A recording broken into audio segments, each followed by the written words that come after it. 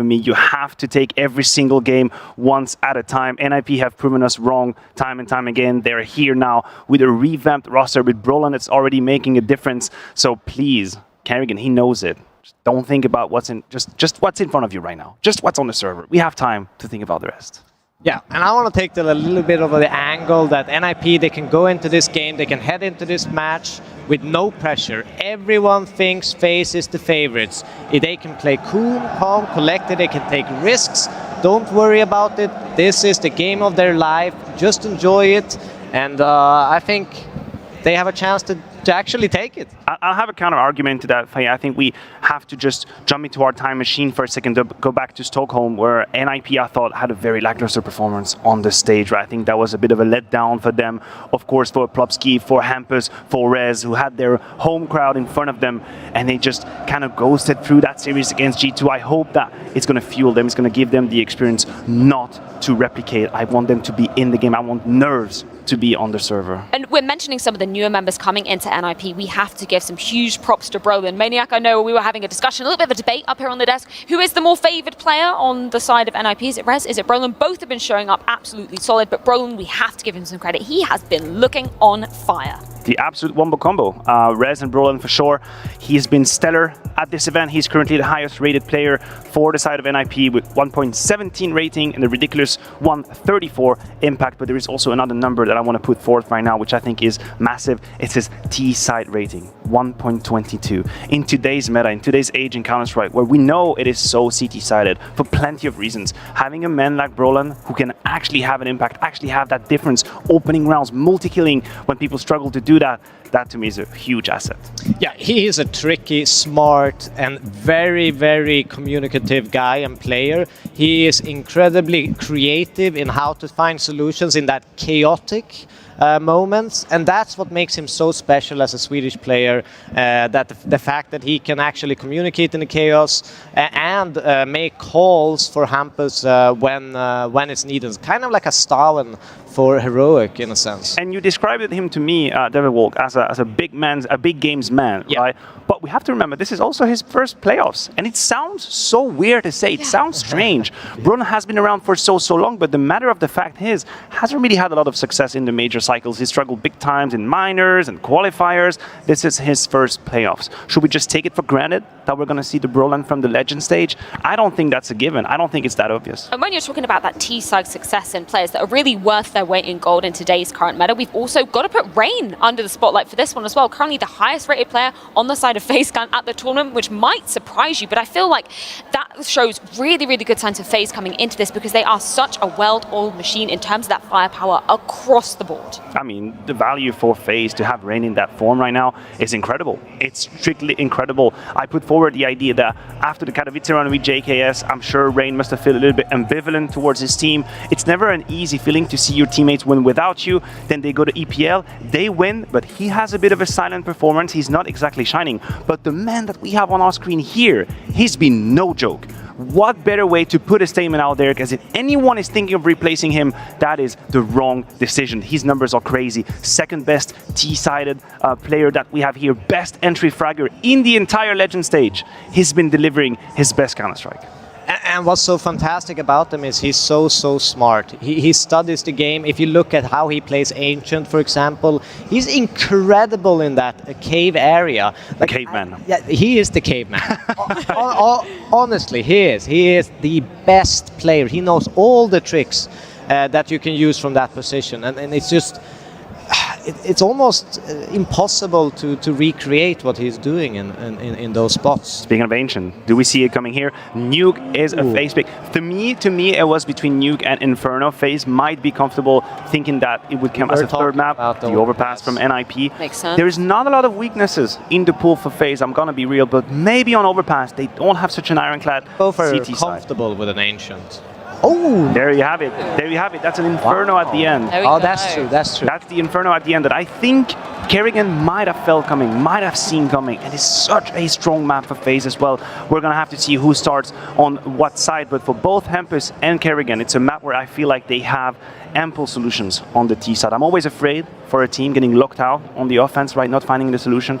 This is not what's going to happen here. Both IGLs know how to go about this map. Let's put Nuke under the spotlight to begin with. Obviously, the first map in this best of 3 series in the quarterfinals. How are we weighing up both teams coming into this? Because we did see NIP looking pretty hot to trot versus Furia in that Legend stage as well. So how are you kind of weighing up both of these teams? I think that they are really, really comfortable being on the CT side and letting the other team pick the map, so they get a strong start. I think this is fantastic for NIP to have Nuke CT side to start off your arena game, get a few rounds, get the crowd with you, and I think they will find some comfort and calmness within that.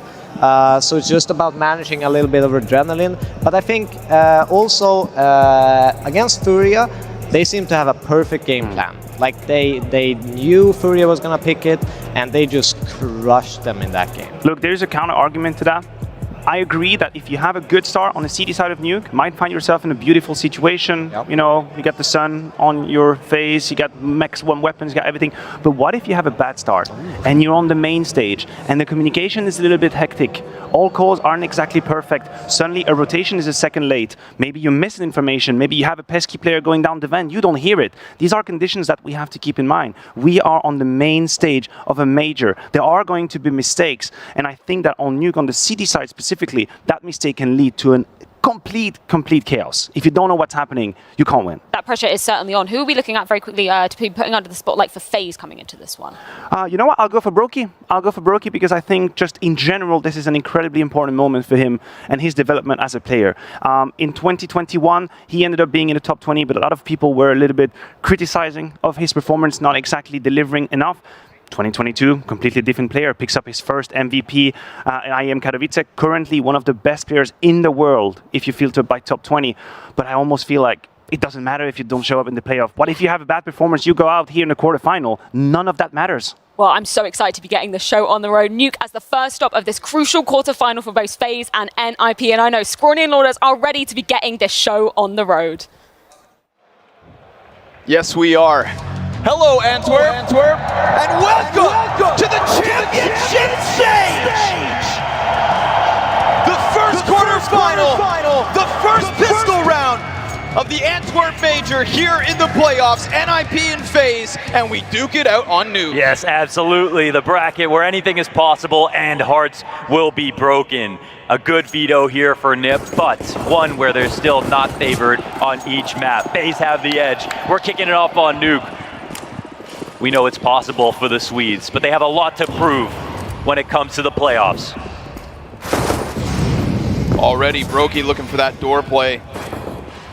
Brolin doubling it back. Rops hunting. Long range with that 250. Ooh, but it's opening kills here for the Swedes. NIP, solid holds.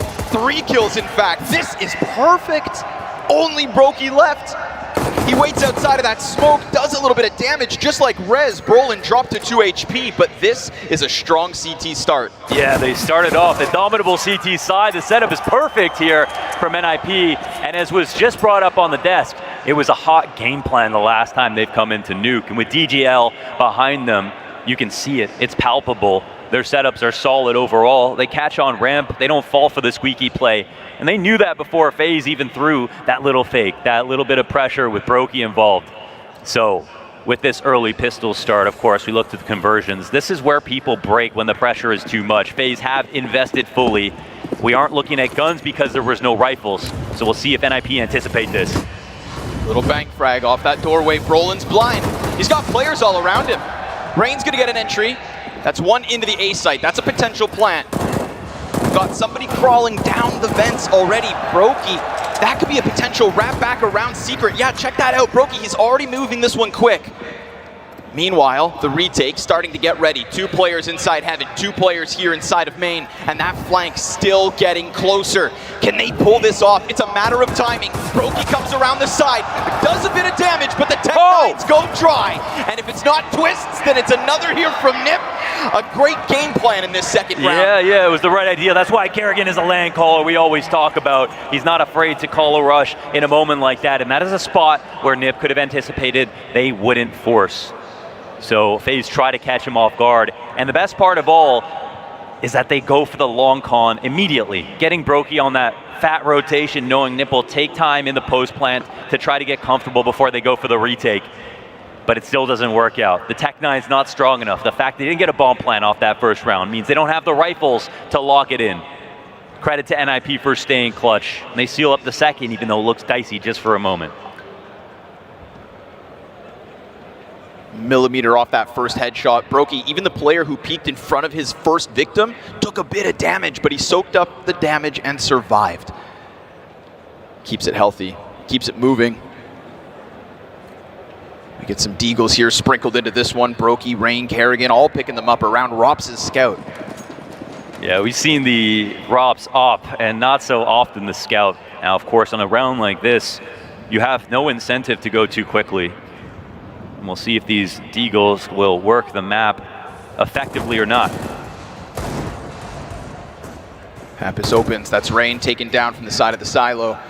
Blopsky also going to make this one look easy, so within that first 30 seconds, we're already talking 3 versus 5, and Rops hasn't even had a target to fire back at. They're just going to hide from him. Little peek out from Mini, missed shot. Potentially in this following round, there will be some interesting things to talk about, but right here, it is a total snowball from NIP.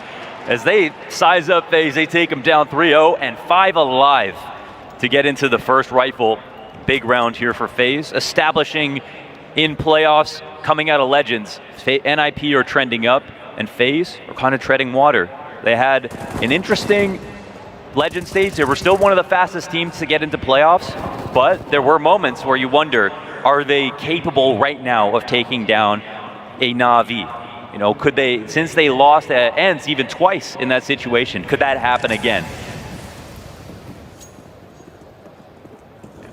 Oh, okay, a smoke is missed, and there's a gap here in the corner. Rain's gonna press up next to it, and Essa tags up, finds him instantly through the window. He goes down. Oh, actually, they're trying to nullify the position on top of Big. Oh, and positionally they're up. They get into secret, and they take an opening kill back, refragging Rain. Rops wants to sink his teeth into this A site. Plopsky sits on the other end of 3 players in lobby. Support comes from heaven. Of course, T-side still leaning on a good bit of utility. Rops is going to make a little space to work here. Flash there. Oh, nice, Plopsky. He finds it through that smoke, but there is still the second ship in Brokey. He falls down, and Hampus, inside his troll cave, finds him, shuts down what was, by the looks of things, a live one. FaZe from the 4-4 to the 4-2. Yeah, the rotations are absolutely perfect, and of course, Plopsky being that early warning system is huge, but now it's back to the 2-on-3 with squeaky action. Twists, finding a fight as well, right on the side of the box. Plopsky stops it, and now Kerrigan with bomb has 30 seconds to try and piece this 1v3 together.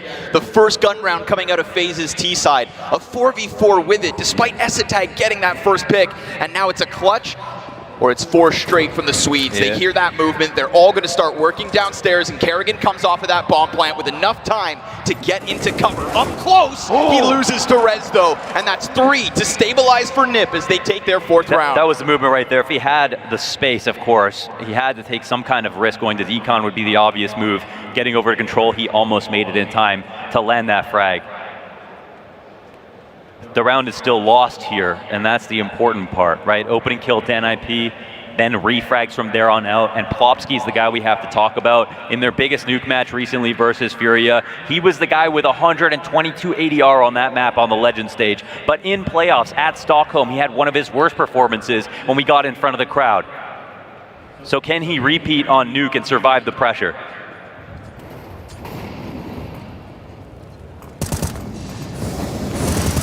Robs better not back up. Brolin's gonna tuck into the corner. So again, a lot of fights going on with the squeaky door already, straight out of the gate, less so than that outside. Fragment for somebody over on silo, misses its mark. Kerrigan's getting ready to pounce on this. Eyes open here inside the hut.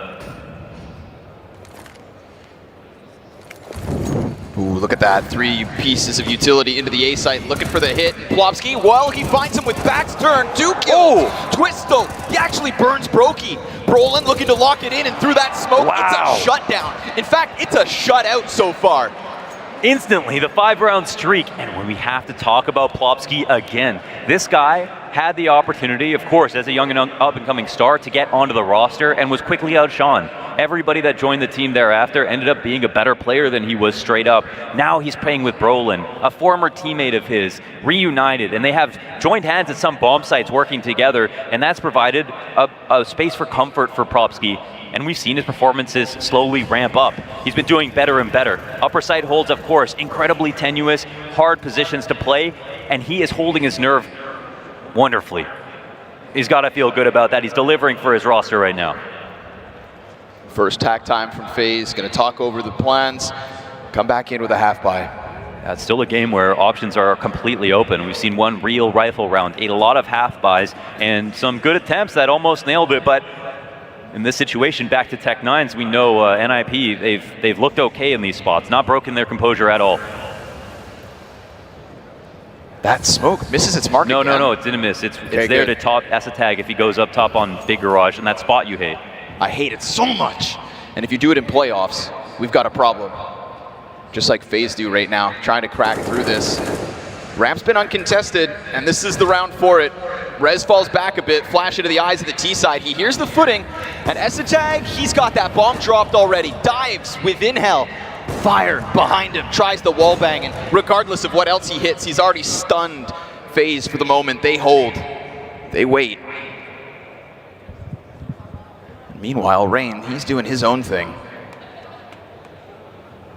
But there's nobody really here for him to face. Maybe he can slip through mini if they decide to go back for the A split, but what's the play here, FaZe? Space is great, and they made sure that nobody had pushed anything while they were putting that pressure inside of ramp.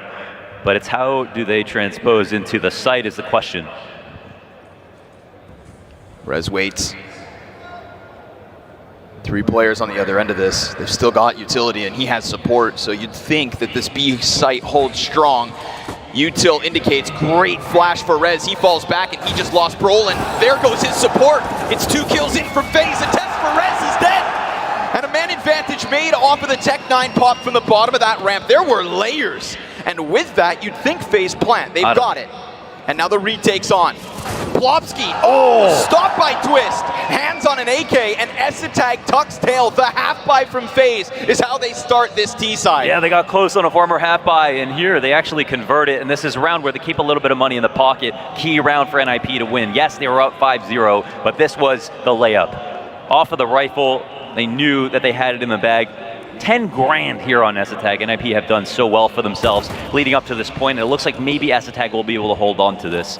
We've seen inconsistency from xantares, but I think one thing that's important to point out is that in some of the big games, really hard teams, he went toe-to-toe with ZywOo. He actually owned ZywOo. I'll put that straight up on Overpass. He stood up to the scoreline of Simple when they played against NaVi. I mean, these are ridiculous things to point out, and that's it to say FaZe are one of these caliber of teams, so this is another test for him, and this is the first time that he said himself that he's earned a spot in playoffs. Of course, over at Blast, they're a partner team, they had the chance to get in. Here, he actually had to grind through the legend stage, be a part of the roster, actually top frag in some of these maps, and pick his team up.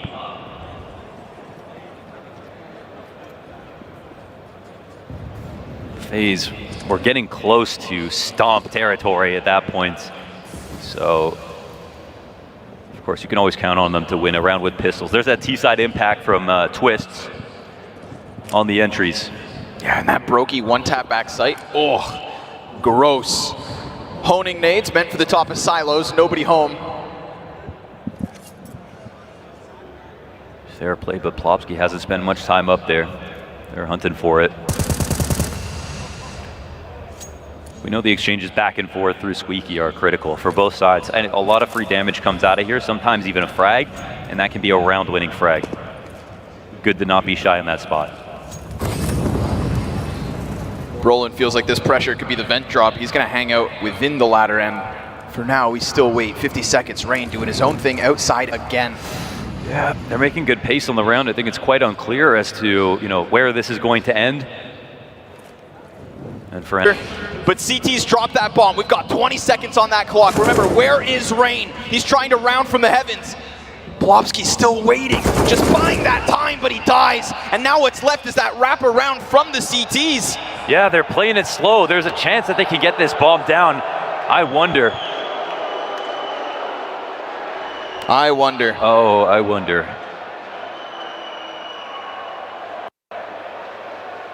Don't know if it was played out. We'll have to wait and see. Ninjas win the clutch. Yeah, NIP pull it off before the bomb even gets planted. They stopped that. That was such a nice mid-round, even with 20 seconds left. I mean, they had good pace with Rain getting that lurk off outside, and it never looked hasty. They never got worried. Even in the 20-second mark when they were starting to work into heaven, they made sure to throw their utility first, make plopski as uncomfortable as possible, because once again, he has gotten a kill every single time that they've gone upstairs. Do FaZe want to rethink the game plan?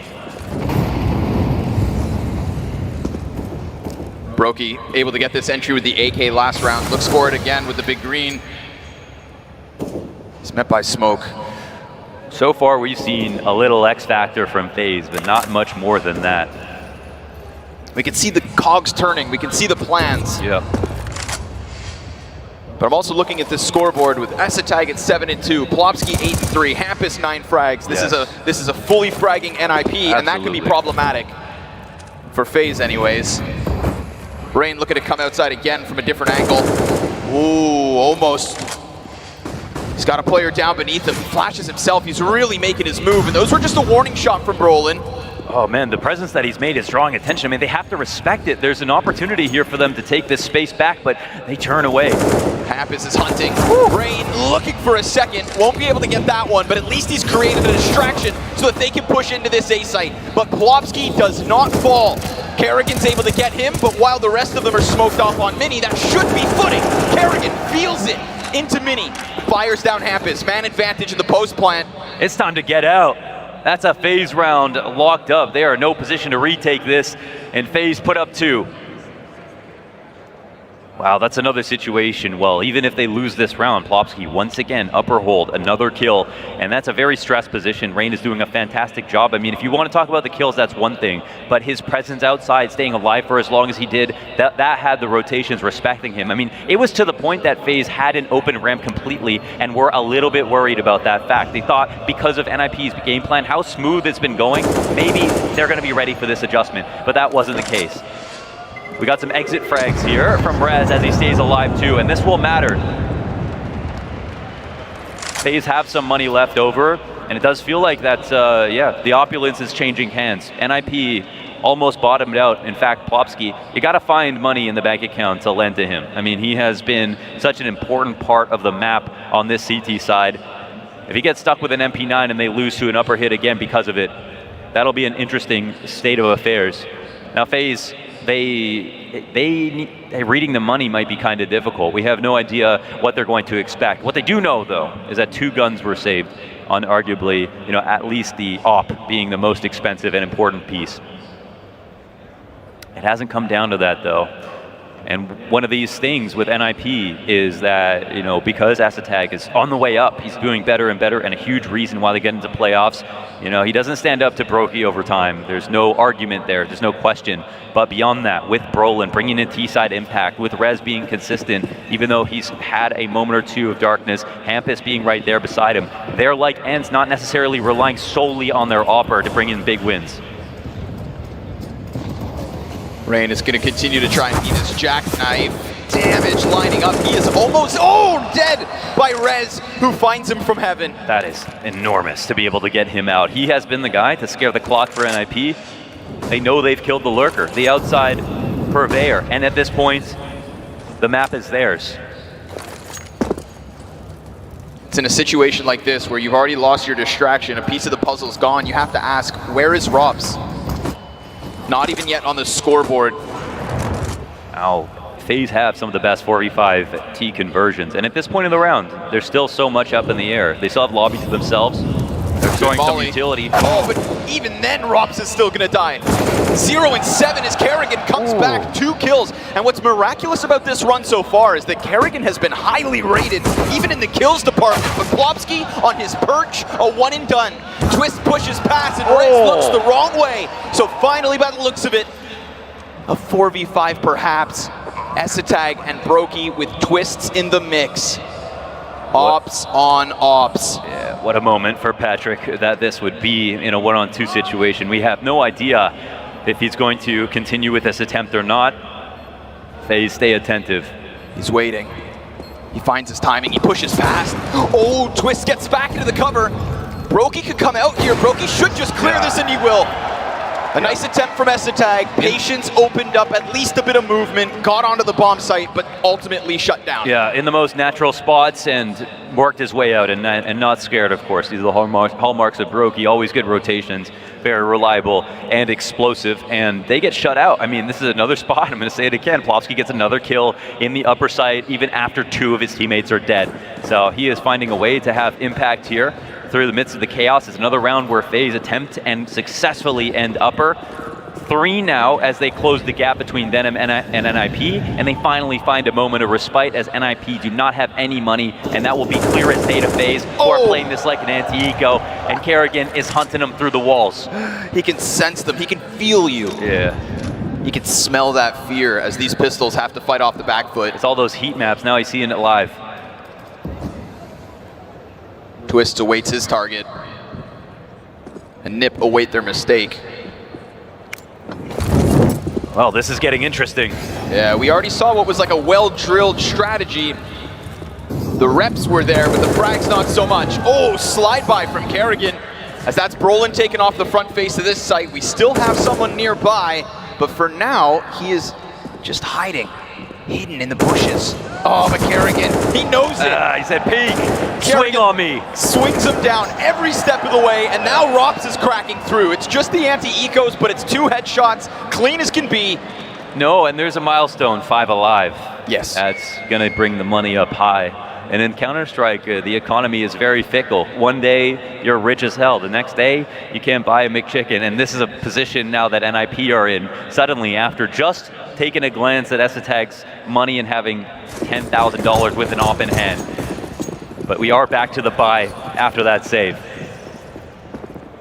Bottomed out again. Will it be the buy save for FaZe? Answer back. It's quick. We've seen the nades destined for Plopsky in this position, and one just dropped him down to half, but Brolin kills Kerrigan, who's been such a problem when it comes to that A floor. Robson's looking for his opening, Rez shuts it down. That was a separate 1v1. That was a spot where Plopsky could have got rocked if the Hut player peeked after the nades came through, and they tried to time that perfectly, but Plopsky has stayed vigilant. Now not a 4v5, a 3v5. And Brokey's shaky in the legs at 30 health.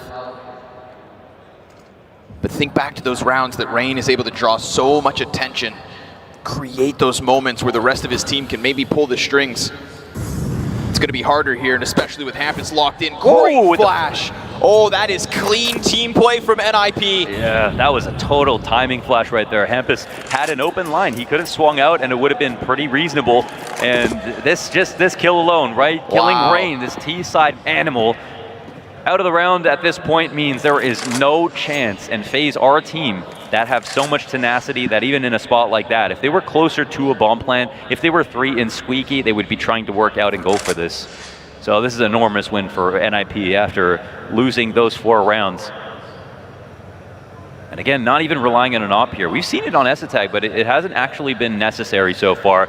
FaZe haven't had a heavy game plan towards outside. Instead, they've feigned presence using a lot of cross smokes and having one lurk go through, and Rain, to his credit, has got tons of space. There was the one round where he died to Rez, spraying him down on the cross to secret, which is just an enormous pickup, right? And even with that kill, FaZe actually won. So they can continue on with that, but they also have the ability to have a 5-man cross outside if they'd like to try to go faster towards secret and have something towards lower taken down. But for right now, they've got an affinity towards the upper side. They have a bone to pick with Plopsky. But I don't think they have the utensils. No. No, they're not getting to the marrow. No, that's Plopsky, that's thick meat. Yeah, Plopsky is thick meat right now upstairs. That last nade maybe gonna shake him up a bit. We'll see if he has to change position, but even when he's in the open floor, he's been good towards that door. He's been versatile, sometimes top sight, most of the time here. Bottom sight. T-side get one off. Yeah. Bounces right onto Hampus's head. Big thing right now is that despite Plopsky, we had Brolin has died a couple of times upstairs. He has been taken advantage of. He's going to be the guy on T-side who's going to be pivotal for NIP. For right now, he's leaning on his teammates a little bit.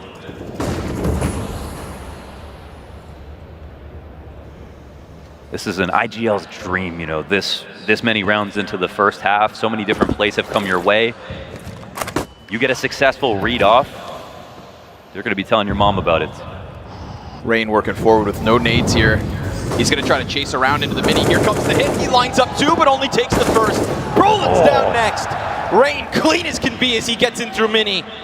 And that was hinging on Hampus inside secret stairs, maybe peeking up and stopping something like that. That was a set tactic for the molly to come up so Hampus could peek over top of it. First tearing out Silo, separating his angles, and then maybe peeking to the back of red, or for somebody who's lurking outside. As soon as Rain saw that molly, he rammed into mini, killed the upstairs guys who were relying in that moment for Hampus to be the first person to take contact outside. So whether that was a demo kill or not, Rain has to get full credit for this round, not from the perspective of aim, literally for being cerebral, taking initiative, understanding the opportunity he had right in front of him. And giving FaZe a fifth. 5 alive as well, could bode well for this T side. This was a very smart pick for FaZe. Oh! Wow, okay, talk about smart. Those glasses, you can see anything. Hit him with the super zoom. 3 kills, Rain and Rain alone. You said we've got to praise him. Absolutely. He does everything they needed for that one. He's not playing the best CS of his life, but he is playing the best CS since this new core of FaZe has joined the roster. And that is huge because the storyline for FaZe is world's #1, but there was a low floor between him and Kerrigan, right? A little bit of inconsistency there. Insane to have potentially 3 players that could be top 10 at the end of the year with the Twist Rops and Brokey combo. But with Rain, we know he has the star player potential in him. Actually, if you go back enough years, even Kerrigan has that. And the fact of the matter is, Kerrigan takes a lot of opening duels, and Rain is going to be right there beside him now, again, on T side, one of the most important players on the lineup, and showing us why. Cool. So sick. And this is his chance. You know, he didn't get to play at Cato in the Ice playoffs. cold. Had to watch JKS help his team win, and I'm sure he was proud and excited and happy for his team, but I mean, nothing is going to feel better than being there right in front of the crowd and helping them do it yourself. Awesome to see him slot right back in, higher expectations than ever, and he delivers. The careered FaZe player. Back in with buys. Yeah. This time it's relatively silent. Look, no outside grenades in this situation. Turtled up here are NIP in this spot. Really expecting, look how much they're expecting this one thing to happen. Nades go deep on site, not going to find their target. Nice to see the variation we're getting out of this FaZe setup. Variety is the name of the game for Kerrigan. Mr. 7 map pool himself. There are layers, and there are also more nades to be inbound for this A site. Another volley. xantares going to quickly climb that ladder, but look who's out already out high. Twist! Oh no! Oh, shut down! CT's doing well. 4 kills already. Brolin standing in the open, drops them all. Him and xantares right there when they need it. It is not just Plopsky who dies in the mix, but his teammates swing through, and down goes Brokey in the end. No saved op, the CT side with another. Oh, look what happens when you get Brolin down into the red HP. The vampiric aura starts to kick in, and he has the bloodlust in his eyes. He stays alive, grabs 2 more in that spot. Twist absolutely had to get that kill. And now NIP are almost meeting their quota of rounds here. Of course, FaZe will power up on CT side as well. They stand well above their T side impact on Nuke. So for NIP, they're going to be fully well aware of this. They know this fight and battle is not done. But FaZe are not going to be happy with 5. Kerrigan's trying to get out already, but Plopsky's position, good for a double. xantares support omnipresent, and Brolin's trying to throw himself into the mix as well. He'll stop Brokey towards that vent, and once again, that fast clash from FaZe comes to a grinding halt. They want it so bad, but look at the plus KD on Plopsky. He has died in almost every round that they've won, and still manages to have a 13-9 scoreline at the end of the day. That's his masterpiece right there. 3 players splattered on the exit of Hut. No footing inside that bomb site, despite FaZe's ferociousness. Yeah, that's his Jackson Pollock all over the floor.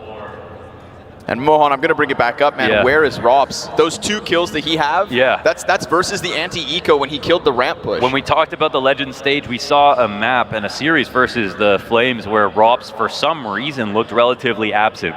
it's impossible to tell with him because whenever he plays, he looks like he's sharp as hell, and then suddenly you look at the scoreboard, he's not quite there. Of course, it doesn't happen too often, and by the third map in that series, he picked it up. Yes. But can they afford a slow start from one of their core players? If we're going to take the responsibility less off of Kerrigan, off of Rain, then we have to put that responsibility onto players like robs. They are one of 3 players, and there's usually 3 on every team, where the stats do matter a ton. Here he is on top of silos. We've seen this exact position zoned by utility a couple of times. But he's only got hit by it once. Yeah, and this one was so fast, it feels like he can linger there for a second. If they were all climbing up onto the rooftops, he gets down before a head, but... Oh, nice nade. Wow. Kerrigan chipped down by that one. I know he'll happily take that damage in for Rain. Oh, almost the timing, but with that kill from Robs. Yeah, that's Brolin upstairs. I talk about this so much, but getting the spams off at Kerrigan. He's the spam god. This guy's making lunch.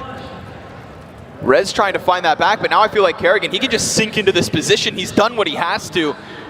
Has both Rez and Plopsky distracted. Rain hunting out that fight, headshot into the heavens. And a 2 versus 5 for NIP to try and get those double digits. Rez, what a spray! At this distance, guns him down. It's only 1 player up, and here comes Hampus. The troll from underneath the floorboards. Oh, almost.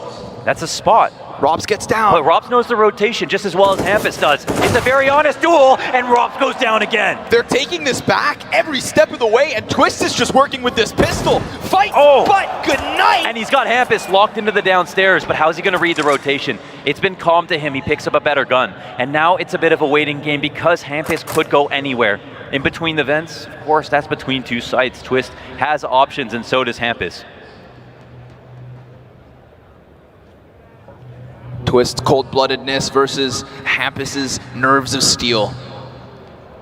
A 1v1 to finish off this half, and you never know, 1 round can make a world of difference. Now sound being made on this B site, bomb will be planted. Hampus can't stop that, and he's going to keep that element of surprise.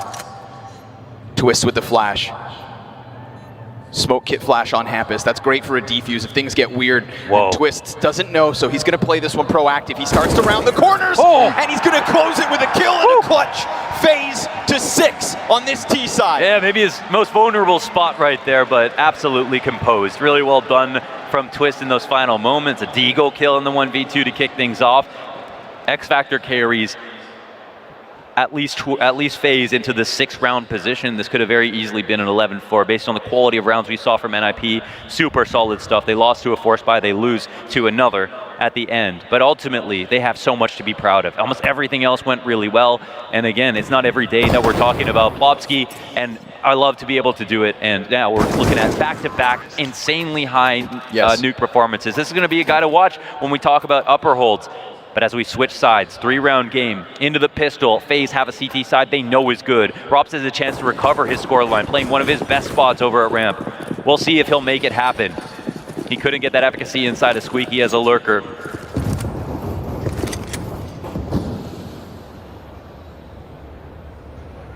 When it comes to this T side for NIP, we look at Esatag's ratings. They fall off from the defense. But guys like Brolin, Rez, they pick up that space. And speak of Brolin, he's dead already. USP to the face.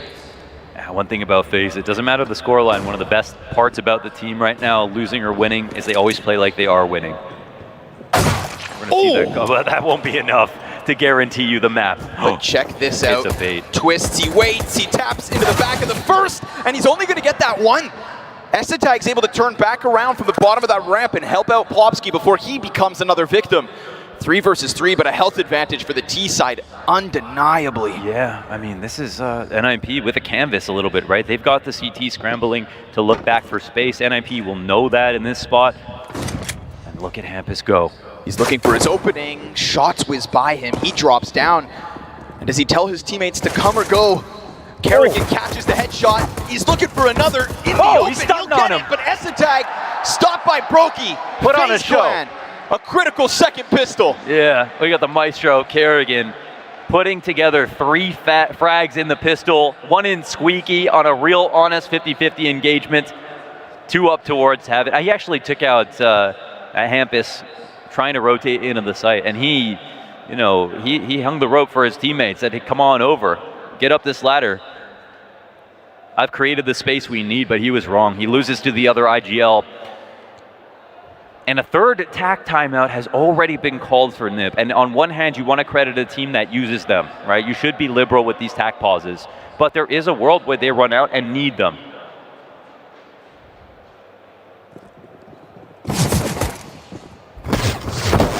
Clean one on Hampus, catching him back sight. Makes up for the labored effort of the second. Yeah. And look at the importance there. Yeah, they can feel it. I mean, this is suddenly a 2-round game. This was a 5-0 start from NIP. And they're going to chill. They're going to chill with this bye. Only got the two MP9s here for the FaZe Clan. No bomb plant like FaZe, but no bye where FaZe would have.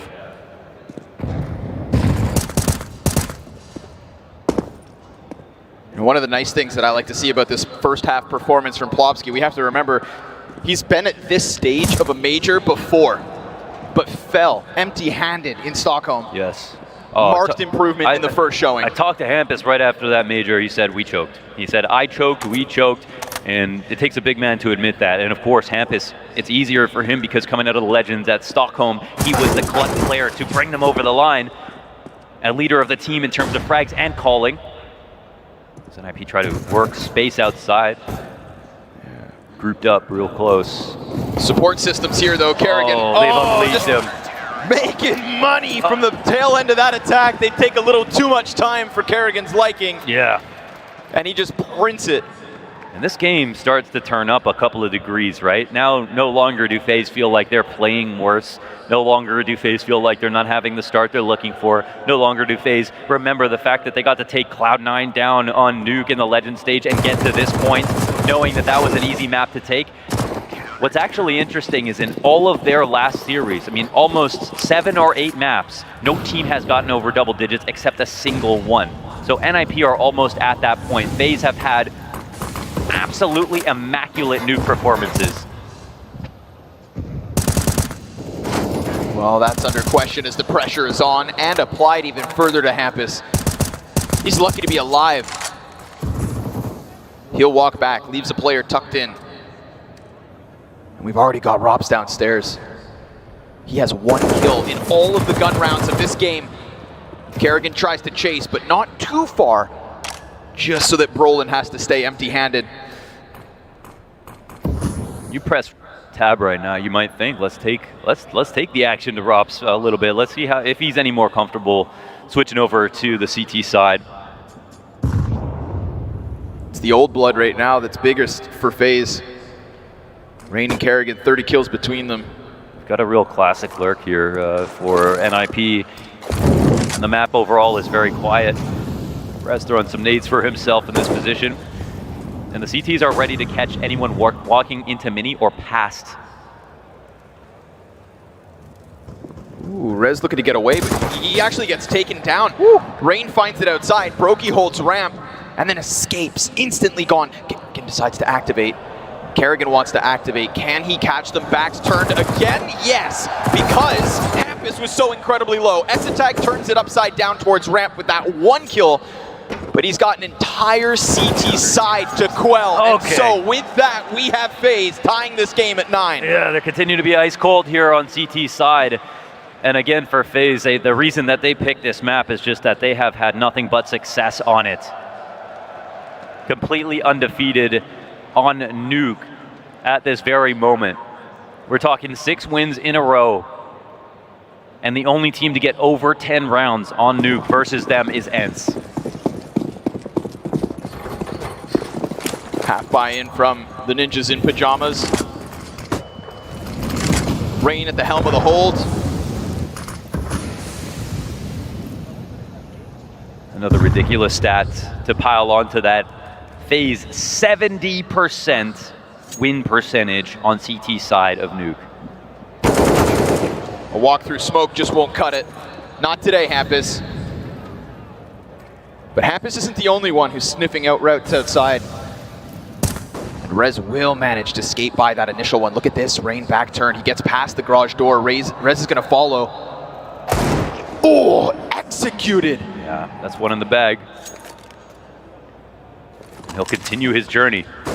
Kerrigan jumps back into Mini, flies beyond the squeaky door. Twist is going to have to take up the job of holding this site, and it's only the one kill. xantares can't cross easily, not with Kerrigan's hands on that AK. Deagle outside goes down, and FaZe will move forward with a 1-round lead. Yeah, we got Robs opening up a little bit, of course. Now, Rez on these lurks over and over again. This is interesting. Now, the one thing that looks a little stringy, we look at the FaZe CT side, all of the nades were being thrown for Rain to assist him in getting space and going off with these lurks. In this spot, we had Rez throw his own kit of utility to try to create space. Rain literally swung on him from Big Garage a few seconds after he saw that. He called the bluff completely. So they're going to do that continuously. Is it going to be too predictable? Brokey, oh, he's burning all the way down to the fire. But they throw the wrong molly. There's a spot here for Twist. And Kerrigan both on top in the Raptors. Kerrigan, double kill. xantares answers back. It's a wounded NIP, but it's still the 1v3. And Robs has been so absent. But now he has a chance. Yeah, Hampus jumps into his arms, and Robs, he is angry. He's looking for redemption in this map from Legends, only an op to play with. They may have both given him an audio cue. But he's going to give it up. That's it for Robs. NIP have done it. They've broken into double digits to be 2 out of 7 teams to do that versus FaZe, but the CT side is still looking very strong. The core is not here for FaZe. Brokey has 6 kills, Twist has 8, and Robs is also on 6. You look over to the NIP squad, and you've got guys like xantares and Plopsky who are right there with Rez and Hampus, who have given us those more stable performances. That's a very good point. I mean, we point to that upper hold as a great example. It's one where Kerrigan has been trying to help both upstairs and outside, and in this spot, he doubles up as an anchor, playing in Mustang, waiting above Twist, and again, the molly is thrown and leaves a gap on the left side of Hut, so Twist can stay there, and he doesn't get a kill. Kerrigan has to get 2, and that's all the upper hold has to offer. So I think what you pointed out is exactly right. You know, you want teams to have players who don't often have good performances to step up once in a while, but it is actually worrying when that happens too consistently over your core. And the reason is those 3 players have the most space. They have the best spots. They're the ones who can ask for all the flashes. They can be liberal on their peaks.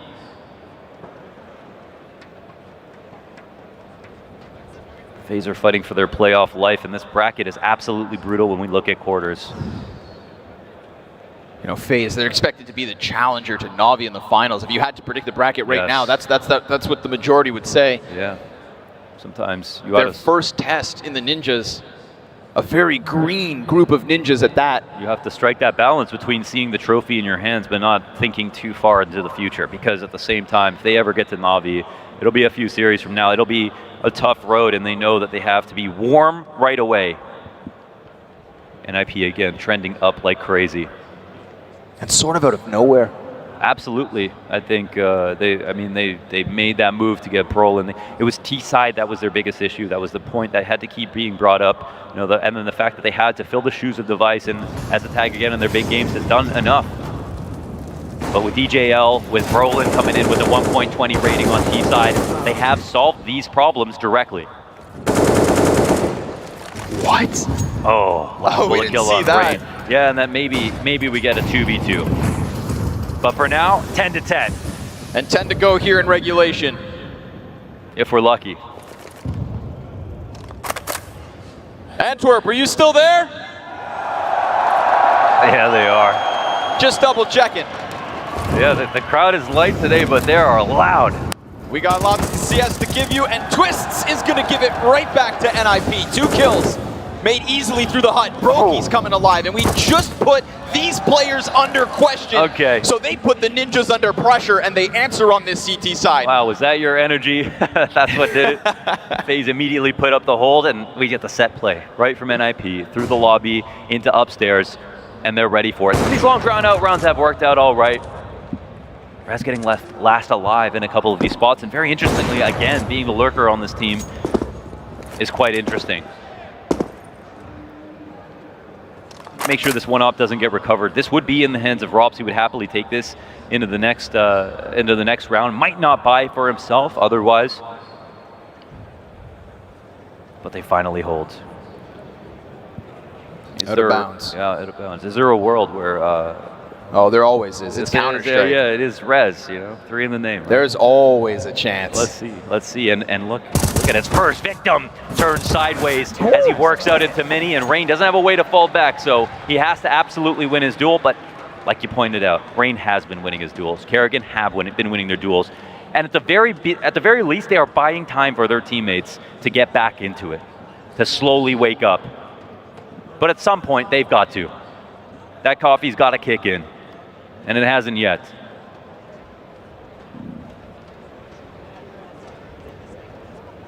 NIP look to etch their names into the tablet of history, and we know that so far they have already put up such a great performance to get to this point that they could feel like this is adequate.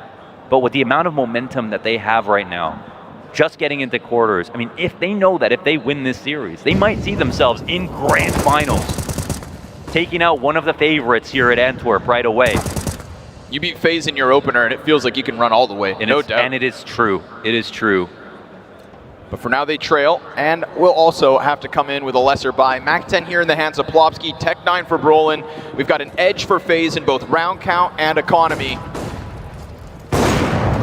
Time to wake up.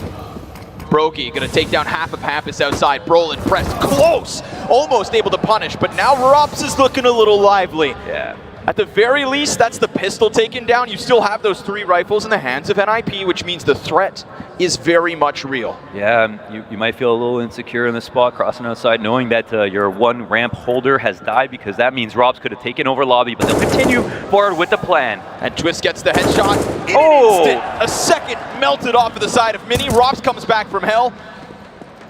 Plopsky trying to buy time, but there it is, turned into the 1 kill towards Garage, and the SMG, the lonely SMG is all that's left. Karrigan shuts it down. FaZe continue forward, putting distance between them and the Ninjas. Yeah, you know, Twist has a great haircut, but it turns out he's a great barber as well. Those are 2 clean kills inside of Mini, and 1 of 3 players that we have once again referenced need to get back in the server. He ties his kills and deaths now with 13. It was wild to see Karrigan put up numbers in the Legend stage. Here he is in the Champion stage, and still at the top of that scoreboard for FaZe.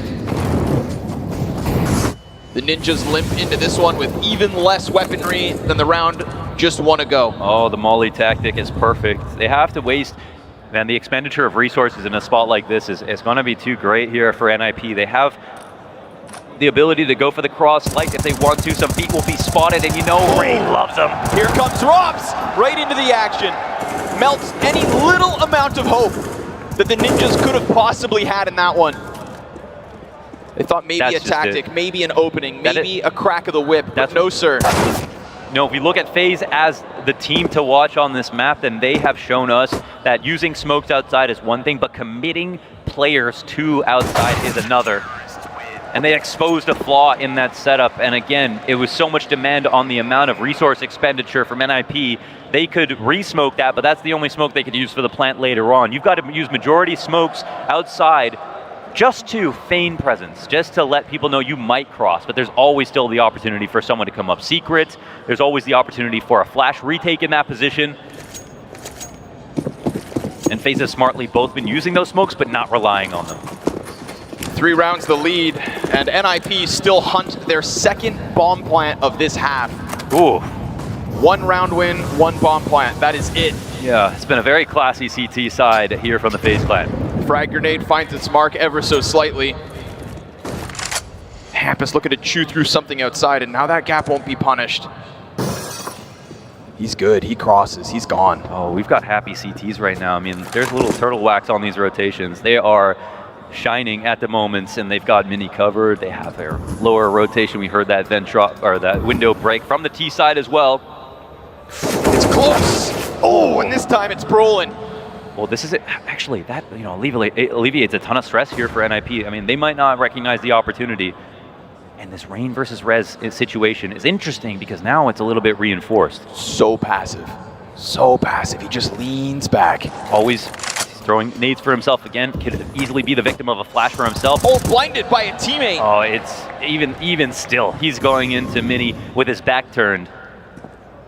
Now Rain knows about the second, would have seen that grenade thrown over, so sure enough, Rain, easy 2K. That was a huge risk from Hampus. He signed up for that duel knowing that he has to get the 5v4 back. Forces the hand of what's left of the ninjas over towards the ramp.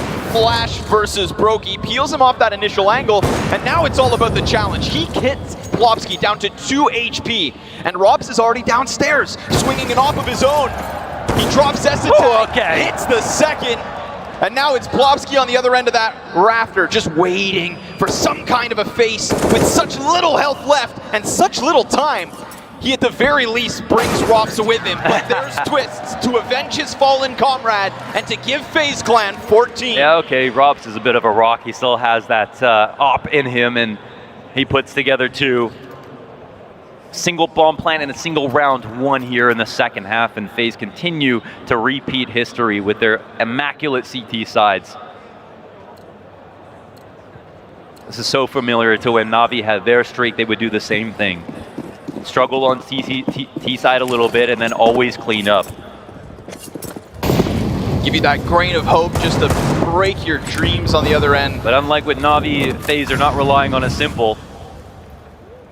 They've got more under the hood. Yeah, they got FaZe and Rain and Kerrigan. We've seen flashes from the others now. A little bit of life out of FaZe Clan through and through. He knows a jump throw could be coming if Rain is patient enough, and he'll shut this down before it starts. Nearly drops Esatag off of the roof. It's huge to even be out there knowing that they have to come and take it back. There's 4 in lobby, it's obvious. There was no one outside. The ninjas in pajamas, they just can't get their grappling hooks into anything. They can't climb any walls. Drowning in the moat of this CT side from FaZe. Oh, and now Rain knows time is on his side. They would have loved to find Rain still out of position, moving too far forward. This is one of the hardest positions to clear now. Back. Now they have the op support, but Rain gives them the opening, and that's actually now an advantage for Nib. Kerrigan gets blinded in the process. Brokey, he's gonna get one. And with Robs by his side, it's a shutdown just when you thought there was hope for NIP. The 2 guys who are absent from class have shown up, even if it's late. They've made it in time. Kerrigan wants a little more. Yeah, give this man your love. You know he loves the crowd. He wants it and he deserves it, man. He is fighting for this. Well, we'll talk about deserve when they get there, okay? Sure. He knows that he can do it. He's been closer than this. That doesn't mean he will, and he knows that as well. But this could be FaZe's biggest win, even if this series isn't over. Brokey already in with a kill. Here comes Kerrigan, pushing through Hut and dropping that bomb. Oh, but there's an answer. Brolin with the lesser weapons, gonna keep this one 3v3. Talk about a duel at the start of it. Both teams just looking for that first fight. Initiating contact. Brokey gonna miss his shot on cross. He knows he's got someone in the open, but Esatag's able to get downstairs. Oh, but the refresher. The cold drink on a warm summer's day. Robs comes through, and he actually smokes him out of ramp, which was their next point of attack. But not only that, he's putting together damage. Switching out guns. Such a difficult cross. Brolin's at the front of it. There's already players inside that site. Robs decides to go through. Oh my God! He's got him on the ladder! Robs even finds the exit plan. He's got the schematics. And he won't let them breathe. Robs coming back around. We've got a T coming up the ladder, and he's just done. And FaZe, after giving us a little bit of doubt in that first half, turn this one upside down on their defense. Hampus is being hunted and he doesn't even know it. It is over as FaZe Clan take Nuke. Oh yeah, talk to him. He wants to hear it. That's a huge win from the leader of FaZe in a map that they were supposed to grab, but didn't start off nicely on. Again, NIP with that 10 rounds. Put themselves out of 7 teams now to get over 10 rounds. That's nice, but no closeouts. 7-0 streak here for FaZe on Nuke. Starting to grow, starting to power up, and they didn't just beat 1 or 2 players from the Ninjas in Pajamas. At the end of that map, it is 16 kills on 3 of those players. The team got beat by the 2 longest standing members of FaZe. That is a huge win in a veto that is still wide open. We are looking at a NIP that have improved so much on Inferno. That could be third. In Overpass that they love so much that throughout all of their different cores has been the map that they love to pick. So can they pull it off? Will they be able to win Overpass? That's the biggest question. It's the question that we still have to wait to get answered. For now, we pass this to Freya. Thank you very much, gentlemen. Yes, a hot start for NIP, but FaZe bounced back into it when it matters. And exactly as Connor was saying, huge props to the two most experienced players on that LAN stage, Rain and Karrigan. Two instrumental reasons why FaZe were able to claw back into that one. Talk about the way of experience. Talk about what they were able to do in that first map here, kicking off their playoff journey. 0-5 down, NIP, hot to trot, having that really good start, and it's on the shoulders of Rain and Karrigan, the most experienced players they have to make the difference. And Karrigan specifically, as a captain, as the leader, being the one leading the way, going up first, having these entries, putting his life on the line to make the difference, he was exactly what his team needed. Yeah, and as a player, when you have such a leader, such a strong force, you know, come on, follow me, you know, I'm pushing forward. He was constantly a thorn in NIP's side, and it shows here on the scoreboard as well. He's second on the scoreboard with 93 ADR, 23 kills. He was instrumental leading his forces to that win, because it did not look good in the beginning. NIP had probably the perfect start, winning the pistol, yes, converting, getting the first weapon round, and that's, you know, we saw some nerves on FaZe. We're not gonna lie here. You know, Robs had a really he struggled in the beginning. He really did, and then he picked up the op, got some confidence, and the ball got rolling from there. But huge props to Karrigan for that victory, because he really pulled through. And it's a huge point that we're talking about, you know, these players. Robs, surprisingly, maybe it might be the fact that he's only been 2 times on a playoff stage at a major, and we saw, you know, that lack of confidence, maybe some of those nerves creeping in, but slowly, ever so surely, he gets back to that confident Robs that we know and love, and, you know, instrumental in terms of some of those later rounds closing it out for FaZe. Yeah, like our ceremony, Robs took a little bit of time to kick off, but when he was here, then he was truly here, and you could see the momentum that he was charged with throughout the end of the second half, and I think that's the key moment where he shakes his nerves and he starts being a bit more proactive. You have that moment when he's playing behind the smoke ramp and he's fooling with the M4, switches to Galil, different kind of noises, crosses the smoke, then goes back. That's the sound and the signs of someone that's taking value and charge of what's happening. So yes,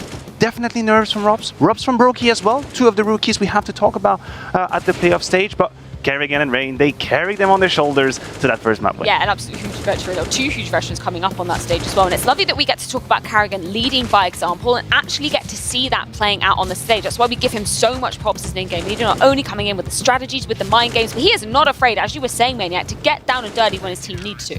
Well, I mean, Karrigan's not supposed to be up there with 23 kills and 93 ADR. I'm sorry, this is fantastic. It's way better than expected. Sure, we know his value as an IGL. We know his value as a captain into the mind game coming up into these playoffs. But I would not tell you that he's supposed to be the highest fragger. Matter of fact, before the beginning of this playoff, Karrigan has the highest ADR for FaZe Clan in the major. How ridiculous is that? And let's talk a little bit about Karrigan as an IGL, because a lot of these rounds actually abusing almost these arena games, because we saw a lot of running on yard, they did a lot of attention and inner executes, Rain coming in main a few times, and that's where the experience come in. Like, he knows how to utilize, because the sound ain't perfect when you're sitting on a stage. No matter how good the equipment has developed over the past couple of years, there's still flaws and there's still things to kind of abuse to your advantage when it comes to this, because when the crowd comes in and cheers in a moment, there, you can't hear any steps in the game. It is absolutely, you know, it's mind-boggling, because, and that's what we saw a couple of times on NIP's side. They got caught off guard. We have it. We have an example right there. We can run it. Round 12 is exactly the story that you are talking about. It's about Karrigan putting pressure on the defense, and then suddenly Rain coming in as a timing that isn't really foreseen. Look at this. 2 entries onto the A side. He catches a slip, a glimpse in the defense, because pressure is being applied on the rest of the map, and that's just it. NIP have to save. It's over. And this shows 2 things. The value of Rain as an entry, of course, but that pressure, that omnipresence on the defense, not exactly knowing what the hell is going on, and just seizing the opportunity. And I love that Rain is continuing that trend of being one of the most instrumental players on the side of FaZe Clan. He was the highest rated player coming out of that legend stage as well. And huge props to him. Again, he's not necessarily a name that we're always putting up there, particularly on the side of FaZe Clan, that should be stepping up, having to step up, but he did so in his dividends in this map. No, and he's buying time for the rest of the crew to come up. I think that's what we have to outline here. Both Rain and Kerrigan were the first one actually through the door, ready to take up a fight, ready to actually play in the playoffs of the major. Broken Robs took a long time to activate. Same with Twist, a bit lukewarm at the beginning. But we know they're going to show up eventually. We know they'll warm up. We know they'll provide better. So that's your role as the experienced player, as the veteran. It is your role to lead the way and show the younglings how it's done. And they've just that on the first map. And I love that for the storyline of Rain as well, because we saw him absent from one of the tournaments earlier on this year in IM Katowice as well. The fact that he gets to go up on the stage again and show us exactly what he's made of, why he's regarded as one of the most skillful, experienced players we have in Counter-Strike. Yeah, and it's amazing to see like how good he starts and how crisp his aim is, because that is not easy when you go into a quarterfinal against a good team like NIP. There were some moments he was just aiming at one guy and just flicks up and kills the guy heaven. I was just like, wow! I know. How do you do that?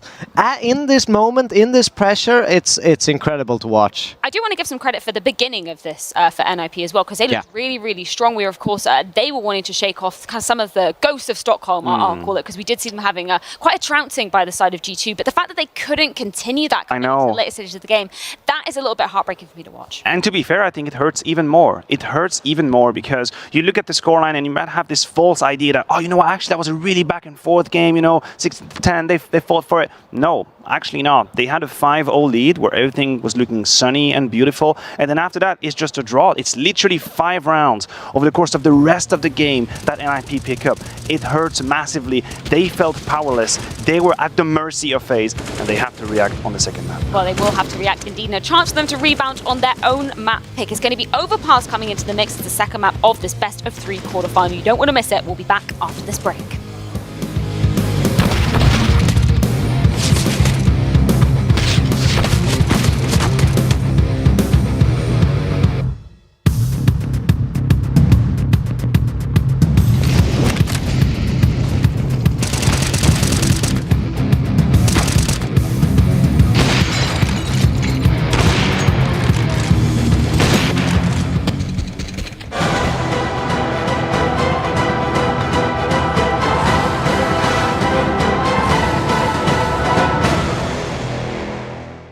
Esports is what we live and breathe. For us, it's more than a game.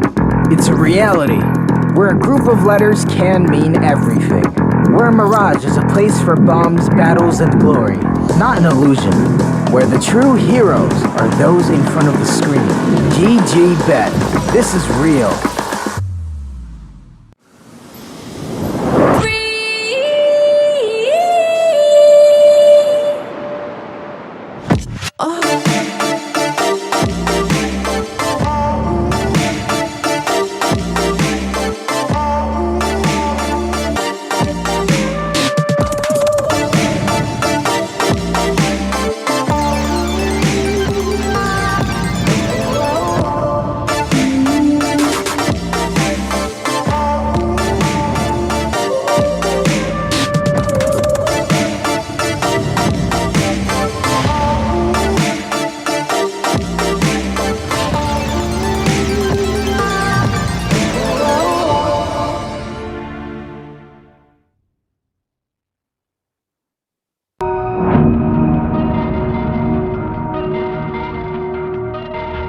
The wait is finally...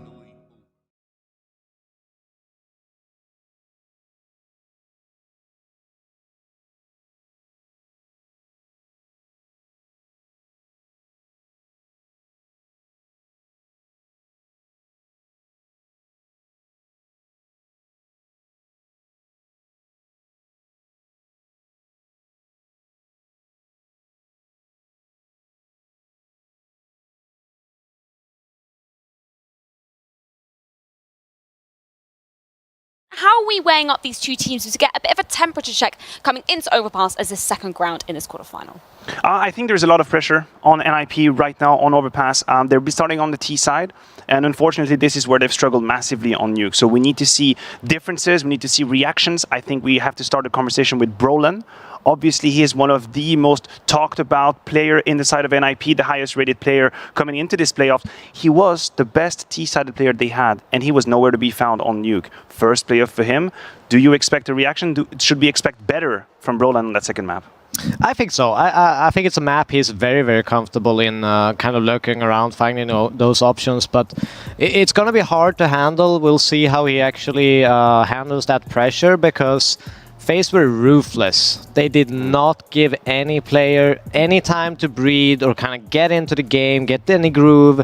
So we'll see if they can mentally reset for this Overpass. But yeah, he needs to step up. And I like the fact that you mentioned space, because it has to be one of the key words when it comes to Overpass, when it comes to the map control. Sure, you can from the get-go just call a B rush or whatever this is. You have some strategies from the first second. But the truth is, most of the time it's played through taking map control, you know, grabbing that banana control, maybe into the bathroom, going towards long. That requires, I guess, a little bit of risk-taking. And if you're Brolan, do you really feel like taking risks after that new game? Do you really want to go up against Rain? That's going to be straight in front of you after that first game?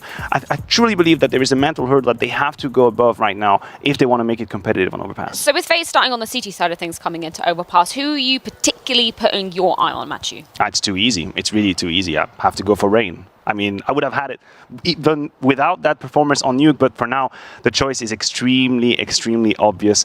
Rain, just like Fur back in the days, that's a little bit of a topic right now. Just like Fur in the days was one of the, and still is one of the most aggressive A-side player we have. You talk about taking space, he'll do it, he'll be in your face, and he's got the confidence rolling for it, and you have to figure him out if you're NIP. If you allow him to just roam and take space, I think it's over. Yeah, and something they did really, really well on Nuke as well. They seem to always be able to claw back, even though they had that rough start. They got a round, they got two. They just kind of felt like they always had some answers, some things to like throw in there. And Kerrigan is one of those IGLs that is so good at these tempo switches.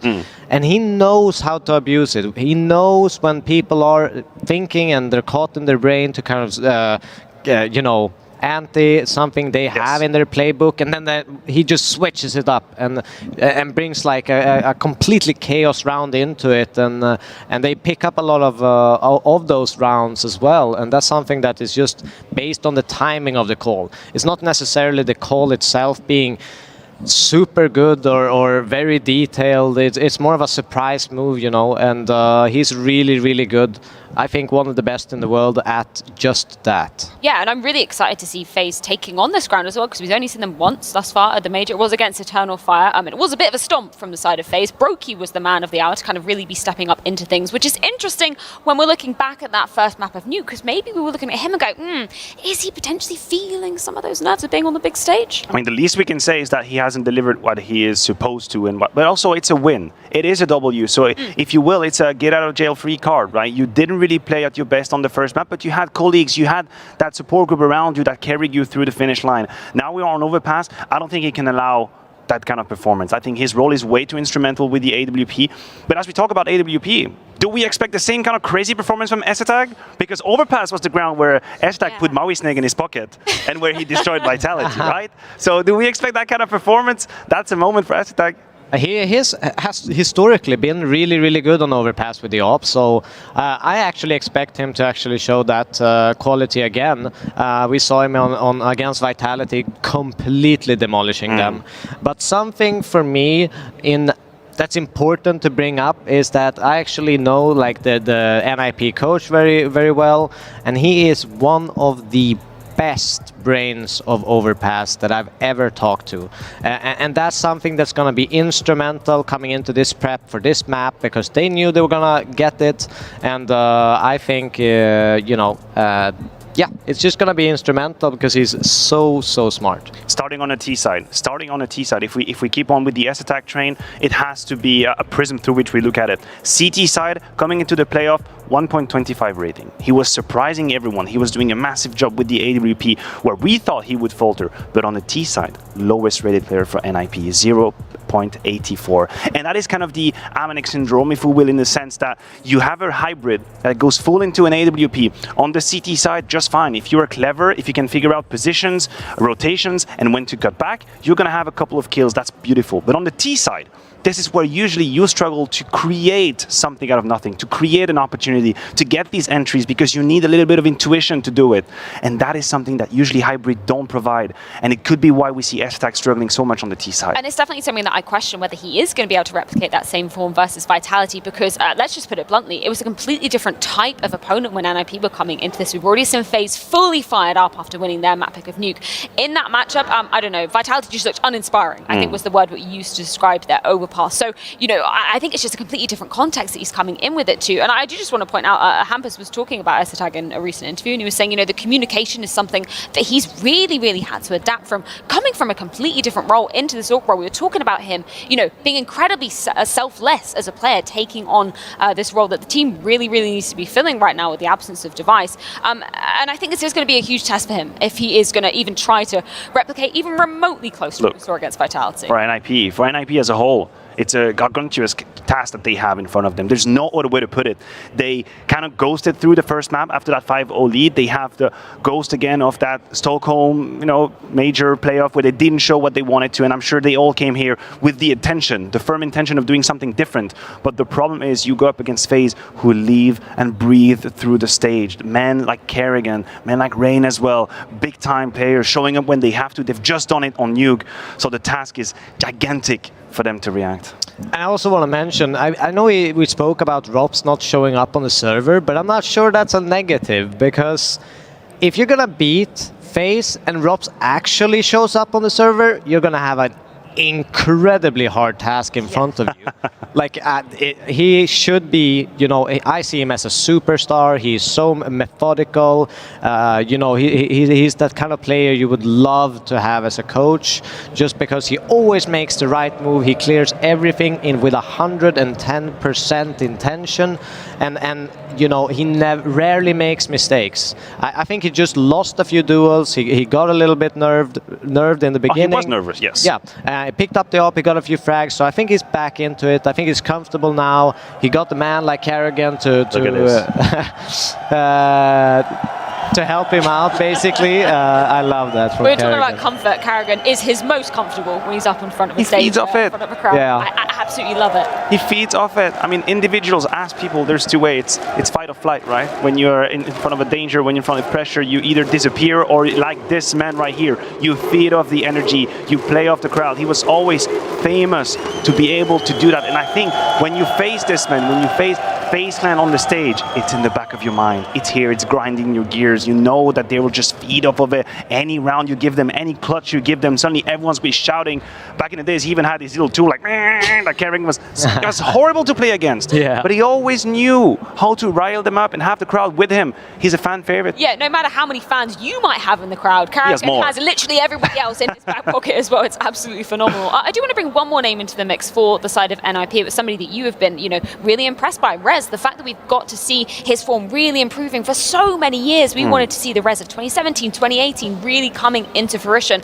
I feel like he was doing that through the Legends stage. Do you feel like there's any more pressure for him coming into this playoff match? Yes, there is. There absolutely is. Look, if a couple of players next to him don't do what they are supposed to and don't provide the same amount of kills, then obviously there's going to be a disbalance. But I still think that Rez has to do more than what he did in the first map. By the numbers, you just look at 2022, and he is, what, the 7th highest rated player that we have on LAN. If you filter it top 20, that's a really high praise to be giving him. But it's all worth nothing if you just show 60% of that when you're at the major. If when you're on the stage, if you are just traversing the game like it goes, that can't be. We need to see more from Rez. Not that he was exceptionally bad on Nuke, but he just wasn't Rez.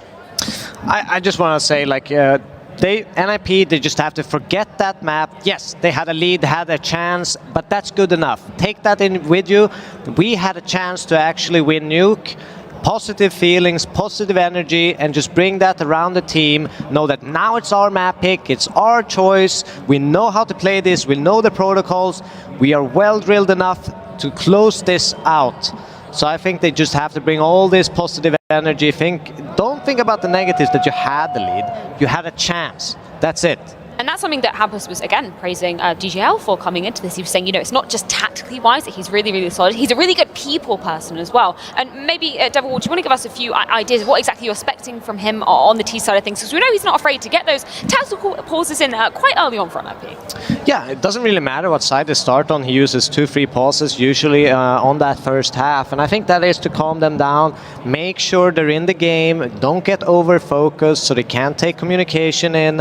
And he's instrumental actually in their T side approach. When they start T, he usually takes very early pauses if something is wrong to pick up a few rounds to gain that momentum. So that's going to be instrumental going into this overpass. He needs to wake them up. He needs to wake them up if you're NIP. If you go in with the same mindset, the same perspective you had on the first map, this is it. This is 2-0. FaZe is going to mince them. There needs to be a reaction on the side of the suites. Do you see FaZe having the ability to be taking this 2-0 double? Absolutely. They love this. They're absolutely loving it. So I don't know what else to say. They are thriving in the environment. It doesn't even seem like they have any pressure on them right now. Now it's on NIP's pick. Anything can happen. Well, we're going to see exactly how it does play out. Overpass on the cards. It's NIP's map pick coming into things, and I cannot wait to get into this one. Scorny and Lourdes, how are you feeling down there in the arena? How am I feeling, Freya? I'm feeling pretty damn good. I'm probably feeling just about as good as everybody else in this arena. Yeah? Oh, that's light, guys. That's light. How many FaZe fans are out there in the crowd right now? And we can't forget about the Swedes on the other side of the server. How many NIP fans are there? Oh, they're keeping up. Okay, they're out there. Yeah, they're keeping up. That's a big brand that you've got to match up against. What if I said, how many Counter-Strike fans are out there? Oh, yeah. You know, I've always said if the Ts and CTs work together, they win way more rounds. You'd think. Put your differences aside.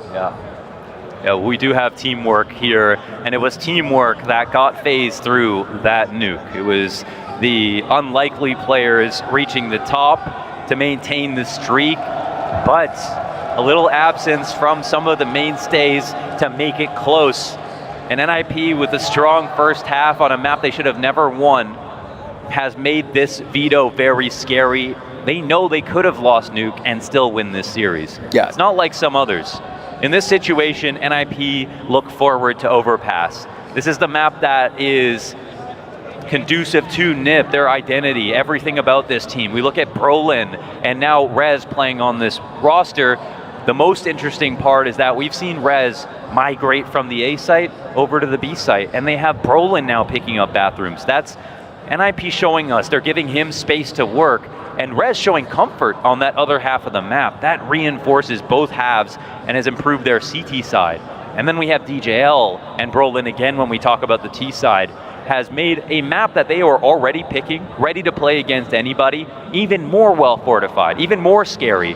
And so this won't come down to one half for NIP. And for FaZe, they know this will be hard, but they are looking at, you know, 3 maps where they have 100% win percentage, one where they played just once and they were able to take it. NIP, at least when we talk about overpass, are beating almost everyone they face, but they do have some losses and some weird ones at that. I mean, we come out of Pro League, LFG, Liquid, Copenhagen Flames have all taken them down, but what's most important in Counter-Strike is recency. Vitality, Ence have been their victims. Combined, they got 11 rounds on overpass. It really felt to me after that Vitality matchup that if you were going to try and, you know, duke it out with ninjas in pajamas on overpass, then you had to really bring it. They walked in, thought maybe just a little bit of mechanical skill, a little bit of talent could be enough, and we saw tidbits of game plan, but I think you need to be S tier if it comes to locking horns with ninjas on overpass. Yes, absolutely. And they might not have 5 ready to game. Now the thing is, you can bet against Rops as many times as you want, eventually you're going to lose. He doesn't go quiet for an entire series. You know, maybe once in a blue moon. And now that they've survived the first map, just like they did versus the Copenhagen Flames, when we got into map 3, not only did Rops frag, he took over. He absolutely decimated the other team. And Rops in this opening game when he came on the FaZe Clan and they started to play overpass, also absolutely murdered the competition. Robs is a guy who can win this map almost single-handedly, and that's not to even talk about the rest of the stuff they have behind it, the great game plans we've got from Kerrigan, the very scary T side that is better than almost any other team, and the fact of the matter is, NIP play overpass a lot to the point that a lot of teams have probably studied them a lot as well, whereas FaZe, they're hard to pin down. We don't know exactly what map they want in almost every single veto, and that's something they dangle above all of the rosters that they go up against. A guillotine that'll cut right through you if you are not cautious. And now Ninjas in Pajamas, they're going to have to throw caution to the wind and play with their hearts on their sleeves, because if they do not take their map pick of this matchup versus FaZe, then they will fall at the same hurdle as they did on home turf in Stockholm. Ladies and gentlemen, map 2, FaZe and NIP! Let them know, Antwerp, why we should be here for the major. Make your city proud. FaZe and NIP going down on overpass. Nobody knows who wins this. And nobody knows who's going to show up either. I'm still waiting with a bit of hesitancy to see which of these 5 from FaZe fire up. But I guarantee you something, one of them will. And if 2 of them or 3 of them really pop off, then NIP could just be outclassed. We'll see. It starts. Raindrops outside the bathroom. But it's not pouring. There's only one here. And he's not falling all the way back to the site. So they try to get him out of his position. But maybe they haven't put up enough work. No decision's been made just quite yet. Rain will see one off the corner of his screen. That's res out. Comes back. Fires another couple shots. Gets into cover. Goes for Brolin. And that's where he's going to fall. Man taken right back, even 4v4. We get those rotates upwards from the CTs, but I mean, the Ninjas aren't all in on this. Yeah, it's true. I mean, look at the map right now. We've got a lurker still. Asatag throwing a nade here. Zek is coming towards the B site. Nice jump, but Twist's going to end that. Kerrigan had the bit of a surprise. Oh, can't get a second. Again, his USP, good for that first headshot, as it was on Nuke. Man advantage as bomb is planted. Hampus right here to try and help, to try and bail his teammate out of a troubled situation. They're being attacked from both sides. Brokey holds off. Twist waits, but also pushes ever closer as the other T tucks into long. Both die, and FaZe pick up pistol. Yeah, they do. They secure it. That's Kerrigan with the composure. It looks so sharp. You take the name tags off, I'm not sure I could tell you that was Kerrigan. You know, he's not the guy we look for when it comes to mechanics, but he has completely upped his individual level. I mean, whether or not the stats showed it in terms of what we've watched so far. He's winning duels versus basically anybody. So they're on the board. Starts out 5v4, a light fake for NIP over towards B, but FaZe do not bite. And most importantly, they had Twist right side monster to deny Asatag from coming in. If that lurk came out, then the rotations become a little bit more believable and understandable. But FaZe makes sure that it doesn't get out of hand. Now they're the ones looking for a conversion. Coming off the back of winning one pistol, losing the second. Sorry, the opposite. Now they've actually, they won the second pistol on Nuke, and now they continue on with another. Kerrigan surveying the scene, making sure nobody's doing anything sneaky. And it's a very interesting part of the map here on the inside of Monster. You can walk out very often. Ooh, they get ahead of that. No, they don't. I thought he had taken enough of a step forward. Yeah, it was actually, the perfect resmoke, and Kerrigan was right there to watch, stand guard. Here it comes. So many players. Kerrigan takes the nade out, gets back around the corner. Twist will bring one with him. MP9 done at the hands of Hampus. 3 kills from Hampus inside this bomb site. Forced by working wonderfully as Rez cuts one down outside connector. Rain comes at it. 2 kills back for him. And just as NIP think they can bleed around onto the board, the stoic Stone Golem comes back in with this 1v4 at hand. Halfway there, snaps it up and goes down to the Tech 9 of Asatag. NIP bounce back. A moment there where Hampus is so low, it's a chance. Top of the site with a Tech 9. Brave spot to be in. Rain isn't ready for it, and NIP deny the conversion. It's all because of Hampus coming in 3 frags, low HP after Kerrigan drops his incendiary, was ready to swing off a flash. Any kind of monster hit came in, but They found a good timing to come through that smoke. He ends up having to fall back on the incendiary. His teammate has the chance to fight them while they're standing in it, and neither of them get a kill. FaZe just going to have to lick their wounds after this one. Try a bite back if they can, but for now they're just going to stay back, insight and tuck. Heavier towards that B lean just in case NIP were to throw more of the same as we saw in that last one, but nope, they're going to carve out a path elsewhere. Using their utility inside a connector, making sure all is good. This is a huge thing about NIP that's been good to talk about, is that now they're finding space where they can walk silently and create a lot of gaps, but also they know where they can apply pressure without sullying their own plans and being able to walk in incognito. Rez joins the fray towards the site. Silence is deadly at the moment, and FaZe are walking around blind. Kerrigan thinking about attacking from the back. Yeah, and maybe they do have a little bit of info here. There's one thing FaZe tend to have, it's that firepower. Smokes go down in front of the site. That's actually going to give Twist a pocket to play in. Rez finds him though, so no problem. 2 kills down, Rain, 1 and done.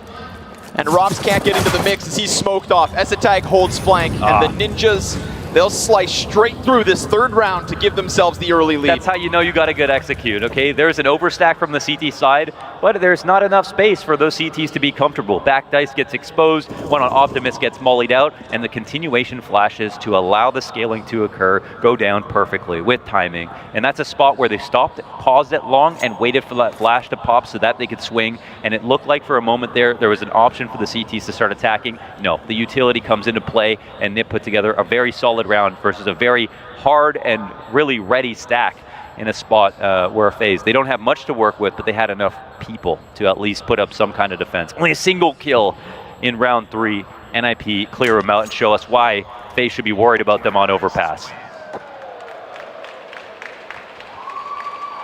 As much as this should be the map that NIP can go to, you know, we are talking about a new level of pressure in the stadium again, players that need to prove that this isn't too much for them, staring into the crowd, being able to see the fans cheering back, and they didn't prove it at Stockholm. They lost in the quarters 2-0 to G2. They crumbled. And we can talk about great game plan and all of these other things, and we know NIP have already proven all of that is a second to the pressure. I mean, the execution in moments like these are what is the most important part. And sometimes we look at FaZe and we talk about how messy things are. You know, the land calling from Kerrigan. It's actually a way to talk about how scrimmy sometimes it gets. But it's the confidence behind it that always works out because he has the players that believe in the calls. And that's a story that NIP are trying to tell. They can do that too. Hampus going to get dinked, but deals with Rops, and the frag is the end of Twists. So nice utility. And honestly, nice start for you from Hampus. Every once in a while, I feel like we get these moments from Hampus where his individual level is almost like that of his stars. Yes, I mean, for a while he was the best player on the team. I'm comfortable saying that. Not only was he calling, but basically the only player that was worth his salt on T side, a player who would make space, a player who brought ancient wins to NIP, a player whose lurks won the maps on Mirage, who won the maps on Overpass as well. But now he has some help, and he's not the guy we have to talk about every single time. It's not a desperate-looking NIP that relies on his individual level. He still has it. It's there. It's just not required anymore. And we also have seen the game plans on T-side be tailored not around Hampus anymore, and his overt risks when it comes to trying to create space to try to get 2K entries so his team can execute behind it. Now we see him actually playing a lot slower, picking his battles when it comes to where he lurks. And instead he knows, again, that if he doesn't get kills, they still can win the round. So that only powers up the team from the perspective of allowing him to shine, but also it just allows others to shine, and you don't want to lean on individuals in a game like this. There's too much that can go wrong that's not your fault. You can play the best CS of your life, but if Robs peeks you one way, you're just going to die every round and there's nothing you could do about it. That's why this is a 5-player game.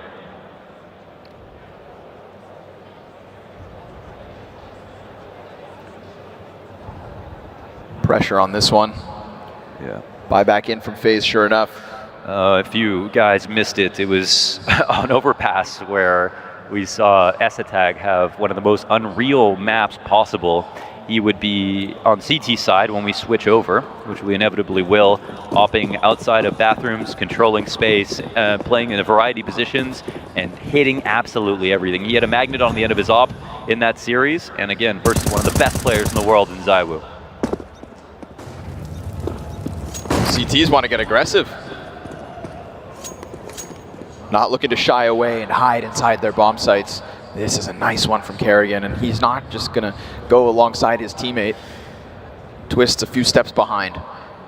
Rain here, of course, always going to take first contact on these setups and see they're throwing nades while they're walking. This will make it harder to read, but they don't know how much information has been taken back.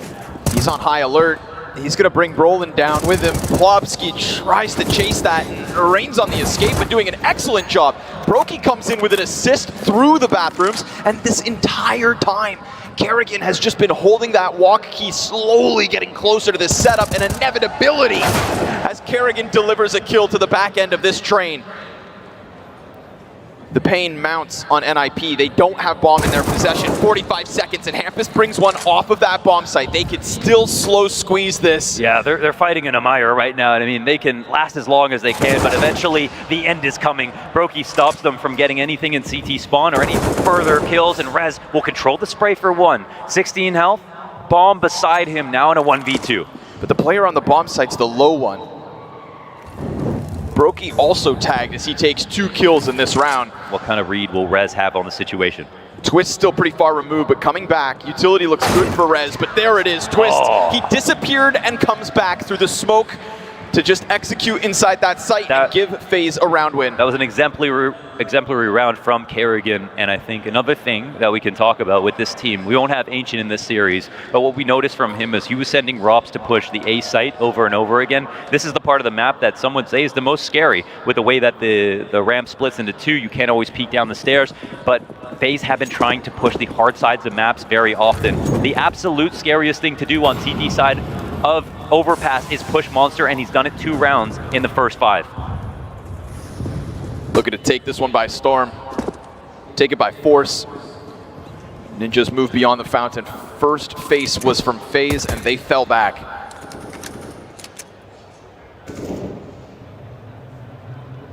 Looking like a boost. Rain's got to be cautious, though. They're getting dangerously close to him, and as he jumps up, Brolin knows that he's got 2 players locked in. Oh! Nice. The spray goes on from Brolin, and he's just going to keep this one with a cranked tempo, but Rops delivers an instant headshot and puts an end to Brolin. Slight misutility, Brolin trusted it. Molly and CT is off. Rops creates space, totally reset of the situation. They have to think about this all over again. How do we get back in? karrigan, he's going to walk right into the scope of SynTV. Patient as ever, he stayed posted. And those first 2 kills, by the looks of it, Rain shooting the boost that he really wanted when Brokey actually doubled back towards as if the long play. Well, this is an interesting spot. I mean, it's still obviously maybe an insurmountable attack and Twist. He only uses as many bullets as he needs, but it's still too good spacing here between Plopsky and Rez. The trade was inevitable. The bomb will get planted on the B site, and there is no way back in for Mr. Rops. I think everyone on NIP already are aware of this. They have earned this round. Another rifle to their name. I like the confidence, though, from that position we saw from Rain. He actually had the chance to clip somebody off from going downstairs before they ended up trying to assemble that boost on the outside of Divider.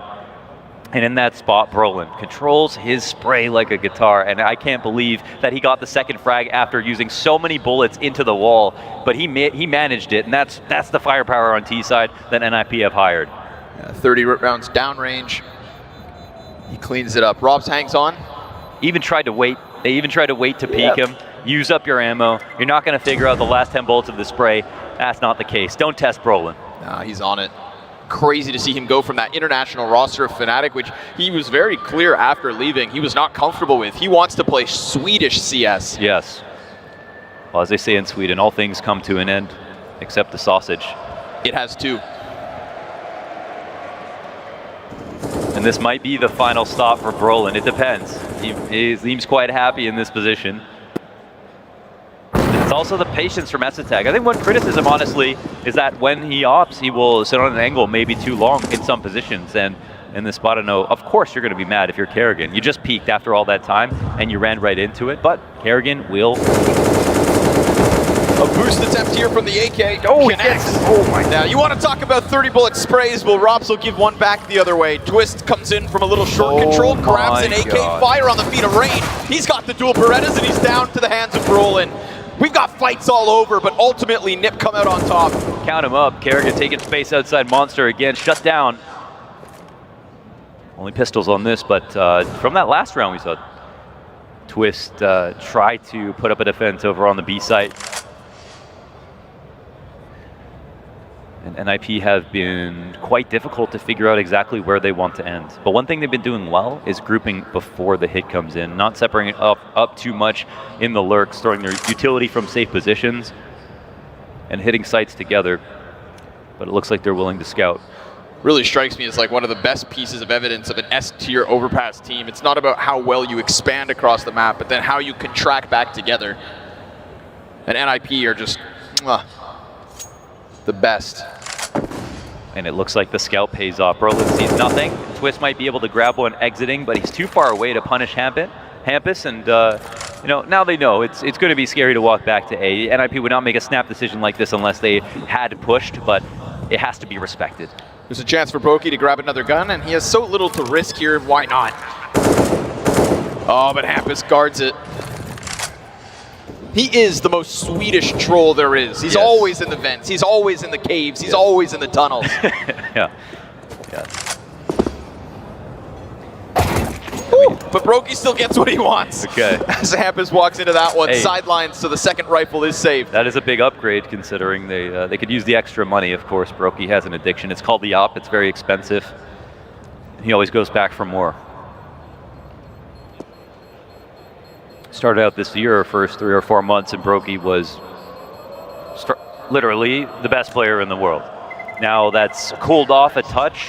When we talk about the end of 2021, I think you can safely say that Brokey was not the reason that FaZe didn't make it into playoffs. And in that situation, Brokey, tried his damn hardest to get there. But now they are there. They're sitting in quarters, and his Legends performance wasn't as comparable to Stockholm as it should be and what they need, and especially doesn't reflect his consistency in the year to this point.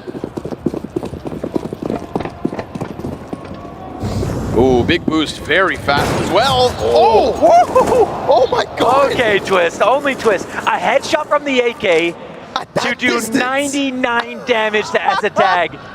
He survives that.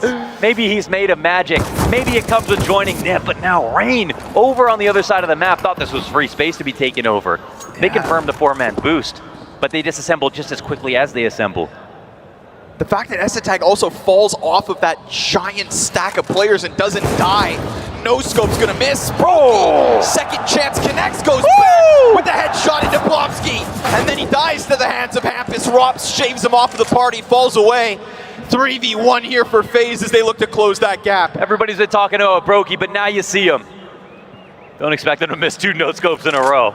That stairs locked down. That's the round right there. Look at the amount of players left from FaZe. They trade him out. He doesn't get his 2 frags, and suddenly Nipper in the power position once again. But now it's lonely Brolin. The best part about this round is the clock for Brolin, but even that is about to expire. And there are a trifecta of CTs waiting for him. At the very least, found himself in the middle of them all. Everybody's hunting. Rob's trying to give chase, a little bit of a jump spot. Oh! He waited for that jump spot! Brolin with the most ridiculous first headshot to crack that bomb site wide, and look at the CTs react. That sends a shiver down their spines. They call him the best that Sweden has to offer.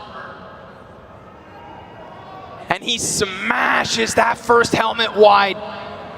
Kerrigan cooling off, and Brolin's just waiting. It's Robs and Kerrigan on the other end, and they stop him, but what a shot. Let that be a warning sign of things that could come. He heard a pair of shoes hit the ground. He paused and peeked for the next jump spot. That was clinical from Brolin. Absolutely insane. And you better believe if he kills Kerrigan in that spot, he's almost guaranteed the 1v1. He has so much space. That is ridiculous from Twist. A pre-aim to spawn. That's 2022 CS right there. And a round that was saved by Brokey early on. Nearly comes close to leading the way of the Swedes. Attack timeout called here. Maybe to congratulate Brolin for hitting that shot, but it wasn't the round win. That's what's most important. We got fans from all over the world here already in Antwerp. And as days go on, the more packed it will get.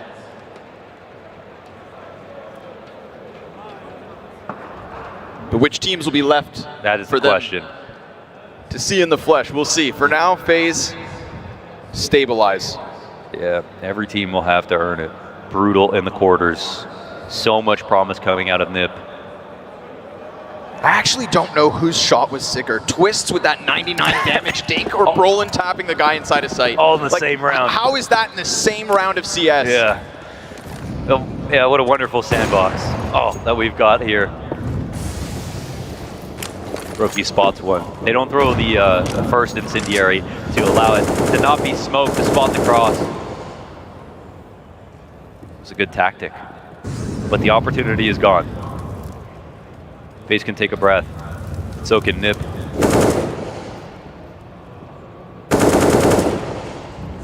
Shots into the bottom of connector. Oh, the amount of trust they have on Rain when we talk about him in all these different spots. Nails it. Yeah, puts Goes it for together. seconds. What is that? Slide out from Rain.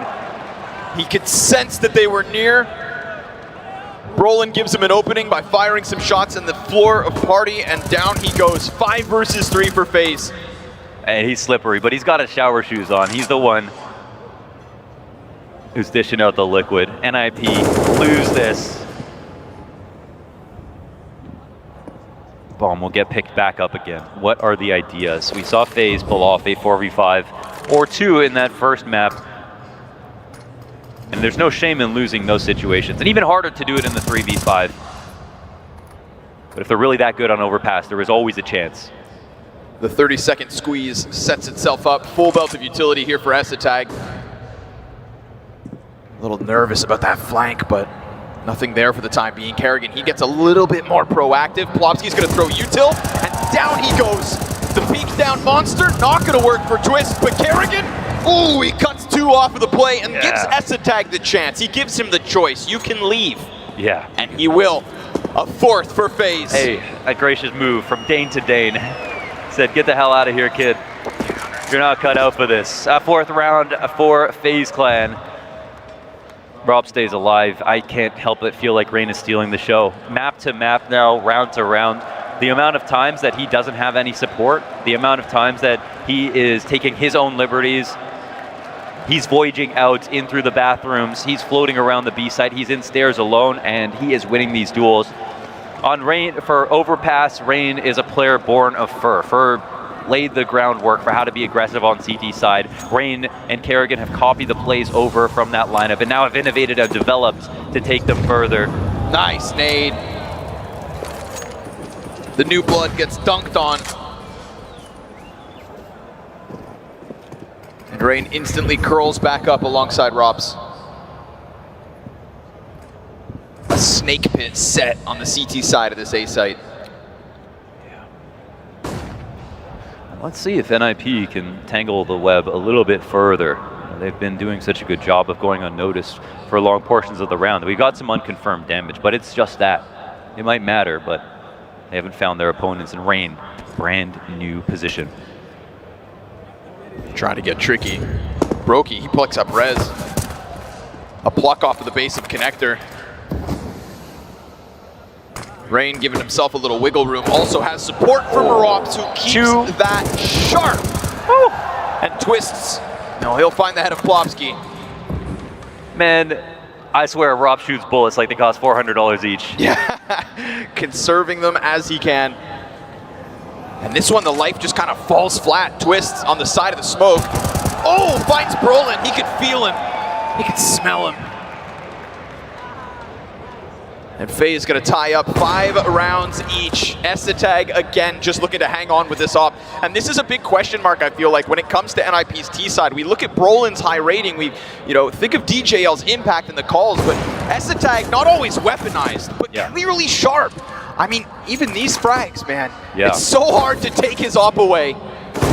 Robs will try and succeed in doing so. Tied game as 5 hits the scoreboard for FaZe. Absolutely, Oppers get exposed on T side. It is incredibly difficult to be consistent, be a two-way player on some of these maps, and T side gets harder by the day.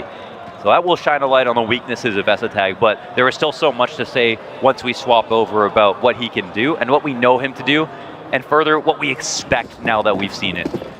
That story will be told in just 5 rounds, but for now, NIP will have the save and potentially allow FaZe to grab a lead. Fast one from Rain. Finds Happus immediately. Think of that round where they got that stack.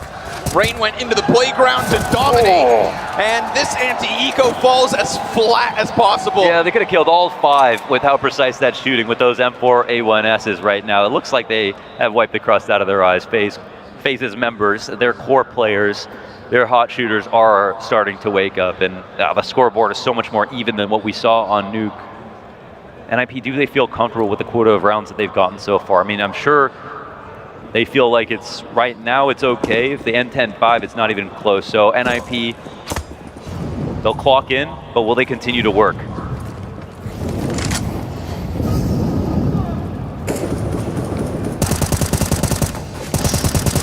Always risky business, that one. CT smoke it off. Try to ice things for the time being. Plopsky, dangerous game to play, but sure enough, he finds twists. Man advantage for NIP, but Plopsky, he doesn't realize that door's wide open, and he goes right into the crosshair of Rain. Then all of a sudden, the pop-up from Brolin. Oh, he's not counting that. Challenge from Connector. Brokey drops him, and that leaves Robs inside this position. They didn't know about the boost. Nope. It was the bottom player to take out Plopsky. He was looking the other direction. And look at the amount of times that Kerrigan has been here, but now he's gonna get spotted. He doesn't win his duel. Gets caught. But how about this? What if Robs comes up? He thinks maybe he can surprise them, and nobody really knows what's on the other side of that ladder. There is a chance he goes up. Now, he has a rotation to go back, of course, through the stairs, but there's no one in the B site at the moment here for FaZe Clan. Brokey, he could get lurked upon as well. Will he be aware of the threat that's oncoming? Brokey doubles back. Gonna play this one a little safer. Now xantares gonna be calling to his 2 other teammates, the other cohort of NIP on the other end of the map. Well, thing is, I mean, it looks like, okay, we got some utility now here coming towards A. FaZe are the ones who are blind here. Robs is making an executive decision to come back to this site. It looks like this little bit of utility is going to do what they want. Get this rotation going. 15 seconds, and the plan is about to be dived, and xantares, like Ships in the Night, will pass by Brokey. Bomb plant off of it. Rob stumbles in through Connector, so he's still going to have this pinch on the retake. The CTs aren't able to collect themselves. Brokey gets deleted as xantares peeks into those tunnels and kills him with absolute ease. No chance at that one, and with it, it feels like Rob's, that's the life of the round, gone for FaZe, as NIP will make their way through. But think about that aggression from Kerrigan. He almost finds them with their backs turned. He's done it before. It comes down to him having his knife out in that spot. There were so many chances for them to rotate back. If he had his gun out, then he might have been able to win. He could still die jumping up in that position, but at least it would have been more of a fair fight. But again, I want to point out, they're opting to push Monster so often that it demands of the T side to dedicate a solo player to holding that for long periods of the round, which is very scary for NIP to deal with, but they have been winning despite that fact. I think we both can say that FaZe have got themselves back into this game off this informational play, but at the same time, NIP pulling out 6T rounds, staying 1-1 right now with the CT side of FaZe, says even more.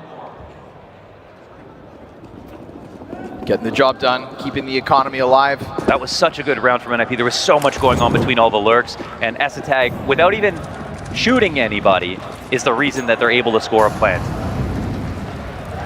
That one flashbang that pulls Brokey and Robs away. It's the flashes get stronger the later the rounds go.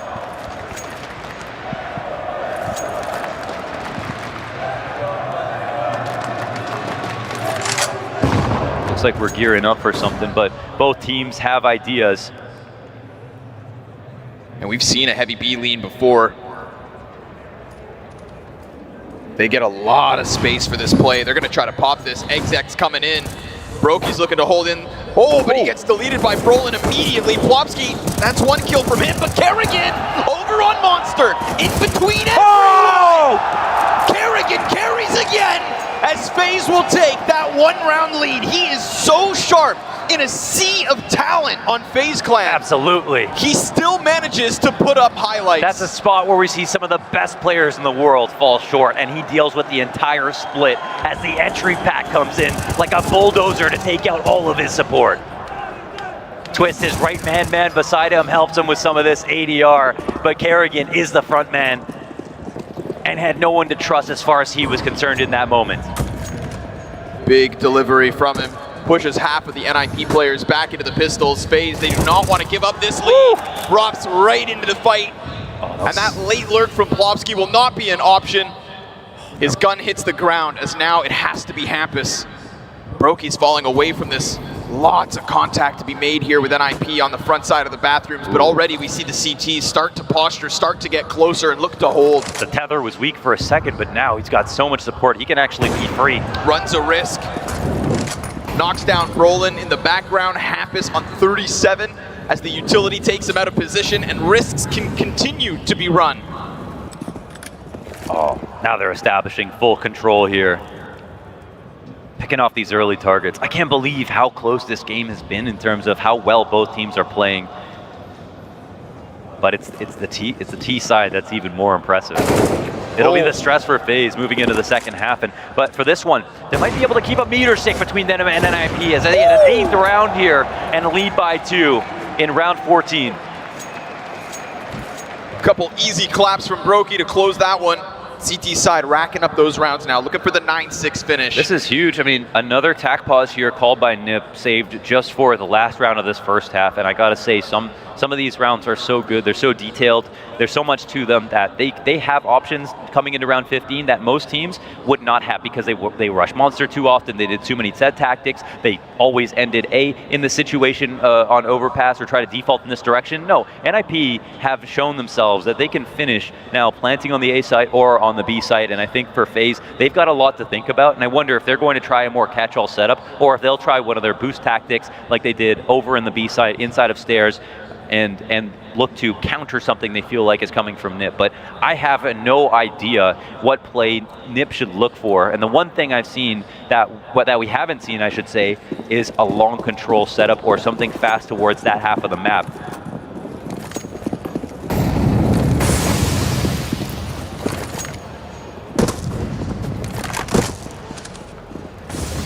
Oh, it looks like for FaZe, they're going to be front-facing. Sometimes it's just been rain up here. Okay. Extra M4 in sight if either of the operas need to swap under pressure.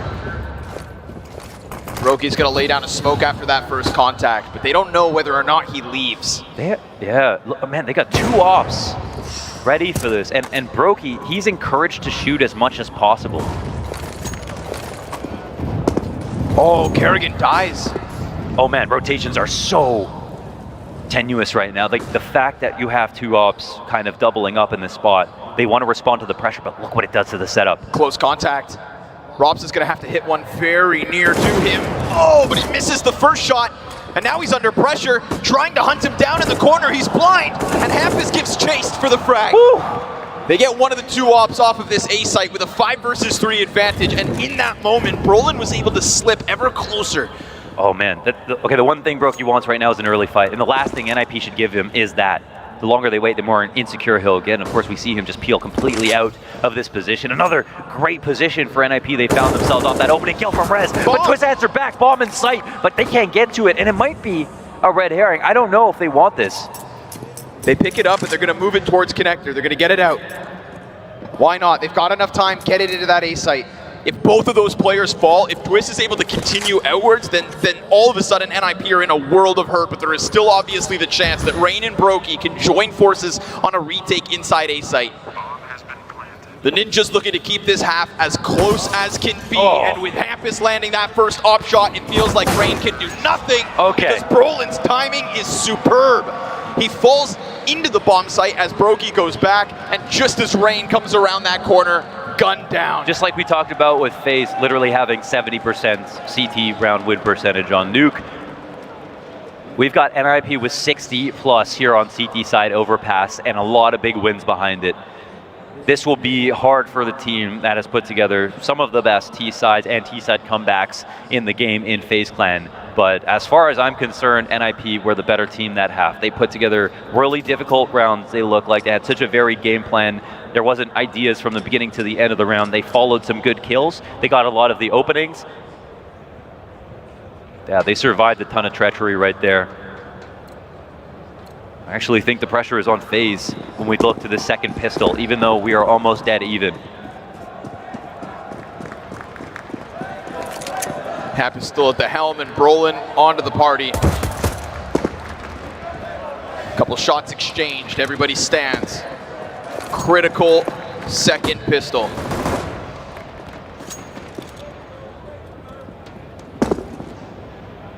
FaZe have already picked up 2 of the 3. Would be a great way to hold on to that lead. They can get this one as well. Gush into Brolin. He survived that first fight with a lot of health, but the second contact, that one cost him. Oh, Kerrigan spotted. Oh, he's gonna finish off 2. who is this guy? Turns it right into res. And with that, we get this electric push through the bathrooms, ever closer to that A site. With utility, it sells the fake, because that's what that is. Oh, they've starved them. There's no choice but to bite. Hampus now has to deal with everybody coming in his direction. Kerrigan was in this spot before. 2, Fight 3. him up, only a few He bullets. continues to tap. It's Rops that stop. Plopsky in the front path. What is that? They look like they lost it. I'm so sorry, I was not ready for that. I can't believe he put together those kills that cleanly. It was the perfect call from Kerrigan to go back down to the B site, and they nearly nailed it.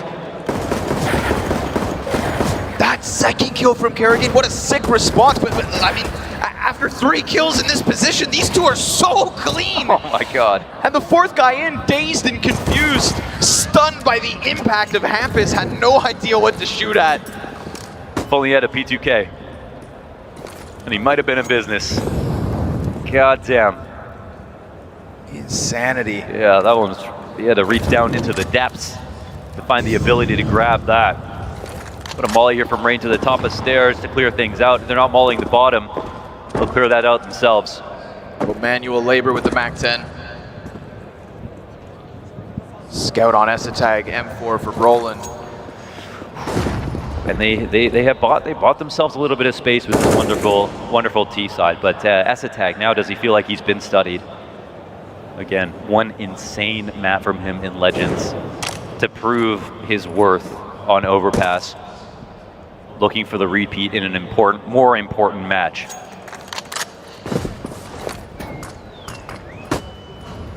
Brolin boosted weights. Shadow's gonna draw him in.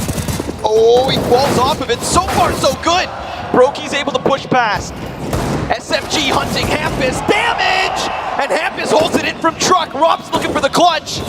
He's pressured. There's support on the other side of Dumpster. And of course, that 3rd player runs upwards. Half health for Robs in the post plant. Oh, they gave him info. I mean, both running. Nip looking for the force, and they'll finish. Okay. Brolin up close, 2 rifle kills before Hampus gets his hands and his deagle into the play. There's some beautiful pistol work there behind Brolin. That was such a good attempt from Rain. The flash dodge was extraordinary, but ultimately it came down to a 1-on-3 because everybody from NIP pitched in. They made that round their responsibility. And Hampus continues to put together some great pistol highlights for us coming out of the opening round of the second half. 19-11 with so much more to go. No idea when this game will end. FaZe on the half buy, on the full investment actually. Yeah. And this didn't work out for them in the first half because that's 2 pistol rounds for FaZe, 2 force buy wins for NIP. This is what started off that convincing T side from NIP. Fizzled out, of course, but early bouts of success tell the tale.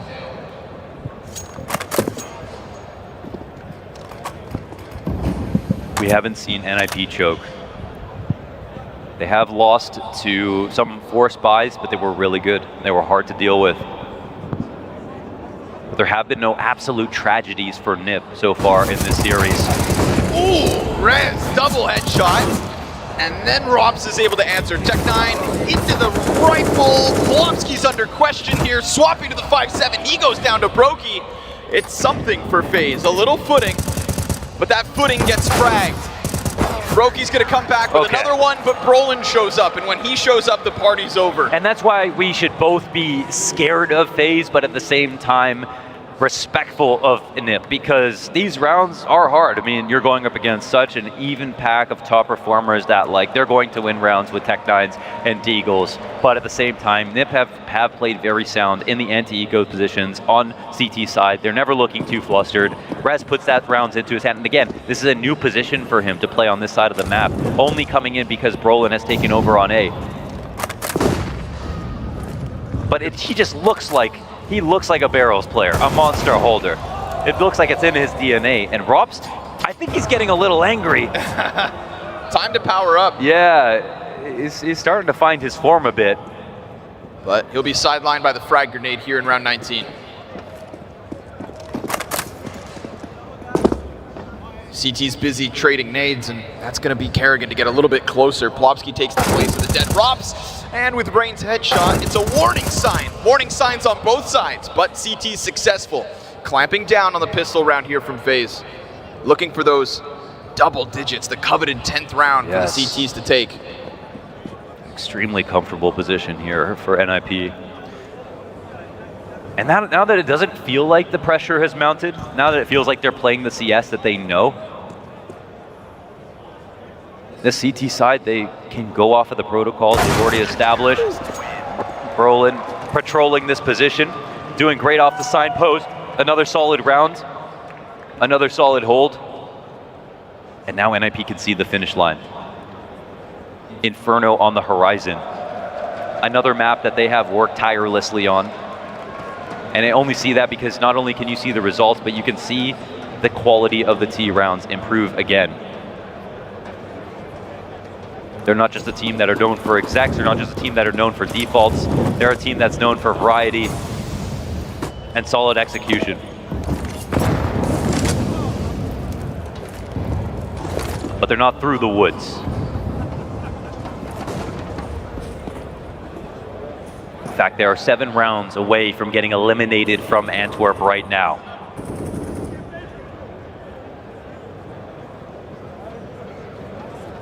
And at the end of the day, we would be talking about 2 times in the quarterfinals getting 2-0'd. It's always cool to contextualize the losses and see this team has improved. But what's going to matter, the farther away we get from this result, 2-0 in quarters. They can't have that.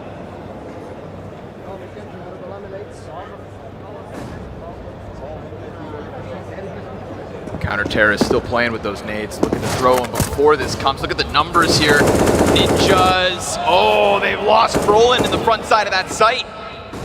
Wasn't able to get into cover. What can Esetech truly offer? He kills Kerrigan at the very first. He's still within this first bit of fighting, and Twists will take the better of him. Plopsky back by Truck, dies to the hands of Rain. Oh. Brokey's into the mix now. Counter-Terrorists attacking this left and right, but it leaves only Rez. And he gets that headshot into Rain, losing half of his health and sending them elsewhere. They're gone. Oh my god, 20 seconds. He can make the executive choice to run now, and he's got a faster rotation than them, but he won't beat them into heaven. It looks like he is walking this rotation, worried about a lurk in this spot, and he's almost running across. One goes down, 10 seconds left. Robs in the one-on-one, and the clutch from Robs. Finds that deep range headshot, just like Twist did to the T-spawn. This time, it goes to Robs. And he had 8 seconds. Does he want to plant? Does he want to play the clutch? No, he looks for his fight. He leans on mechanics, and he smothers Rez in the 1v3. 2 steps forward and 2 steps back. Yeah, Rez sharp shooting, but he's not happy about it. He understands that, like, he can play as well as he is, but not getting these rounds. Not getting these rounds in a map that could very easily go 30. Could be the last chance, over and over, and it could always feel like the moment. And you want to have no regrets. They need to leave it on the table. Another tack timeout has been called, and they've spaced them out. The last one was at the end of the first half. They've waited a good amount of rounds to see what FaZe have to offer. And actually in this spot, have you ever seen a CT round from FaZe with a setup like that? No, it's far more active. Far more active, far more in control. Rain at the front of divider, inside of stairs. This is a spot where Brolin, okay, in the anti-ecos, he can play signpost on the site. That's fine. That's actually a good spot. If he has an offer as well, he can support a boost. But he can't start there versus rifles that are encroaching and then get flashed. Like, oh my god, I can't believe they flashed. He has to know that that's coming. We need to see him be more aggressive. Just the deagle for Plopsky. Oh my god. Tag. He's able to get into cover. Yeah, they don't see him. They might not be able to read this. Kerrigan's so good at slipping through those cracks. He thought he had an opening. Ooh, he is much better alive than dead, even if he only has this Mac 10 on 10 HP. Robs versus Plopsky, deagle versus AK, and for the time being, Plopsky just needs to pay this one patiently. Yeah, got the bomb rotating over in this spot, but how careful will they be? The one right by Plopsky, it's a wild one. Puts a smoke down in front of it. That could be an easy upgrade for Plopsky. Is he the one-man army right now? Oh, it's a scary position to flash into because he could be standing anywhere. They might not be able to cover this, yeah. Oh, they want to punch this rotation. They're mad about this. They're foaming at the mouth. But they have to respect this amount of time that will get drenched off the clock. And he's still just very much on his own. He has been left here the entire time. He's going to get a second. Rain's up next, and that's the answer for FaZe. They sacrifice Kerrigan to get that information, but that means that NiP have the man advantage. Another offie here for Rez. Nice. First one, can't manage the second with the spray, though.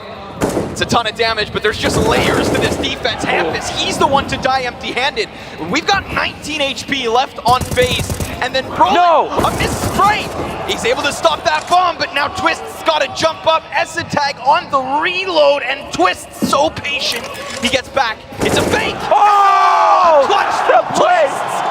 He jumps up and puts Tag down. 6 feet under, another 1v1 here for the FaZe Clan. Another 1v2. What a move. That's low HP and trusting yourself.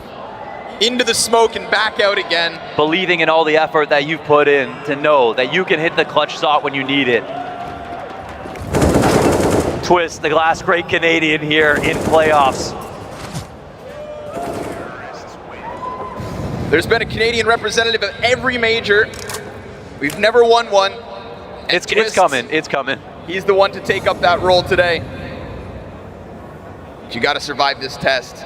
Ninjas in pajamas, they're going to group up here looking for that one fight, and poor Rops on the other end is going to find nothing. He said they're all, he might have said they're all there. I think you could call for confidently the amount of CTs that have shown themselves, and that'll be enough for Twist to get towards the site. Brokey with an opening. Yeah. Good recovery already, shooting through smokes, just trying to test the waters of what could be a lingering NIP player, but nah, there's nobody here. It was all in B. Man, we're talking about Robs taking out Rez in a clutch T round. Now we have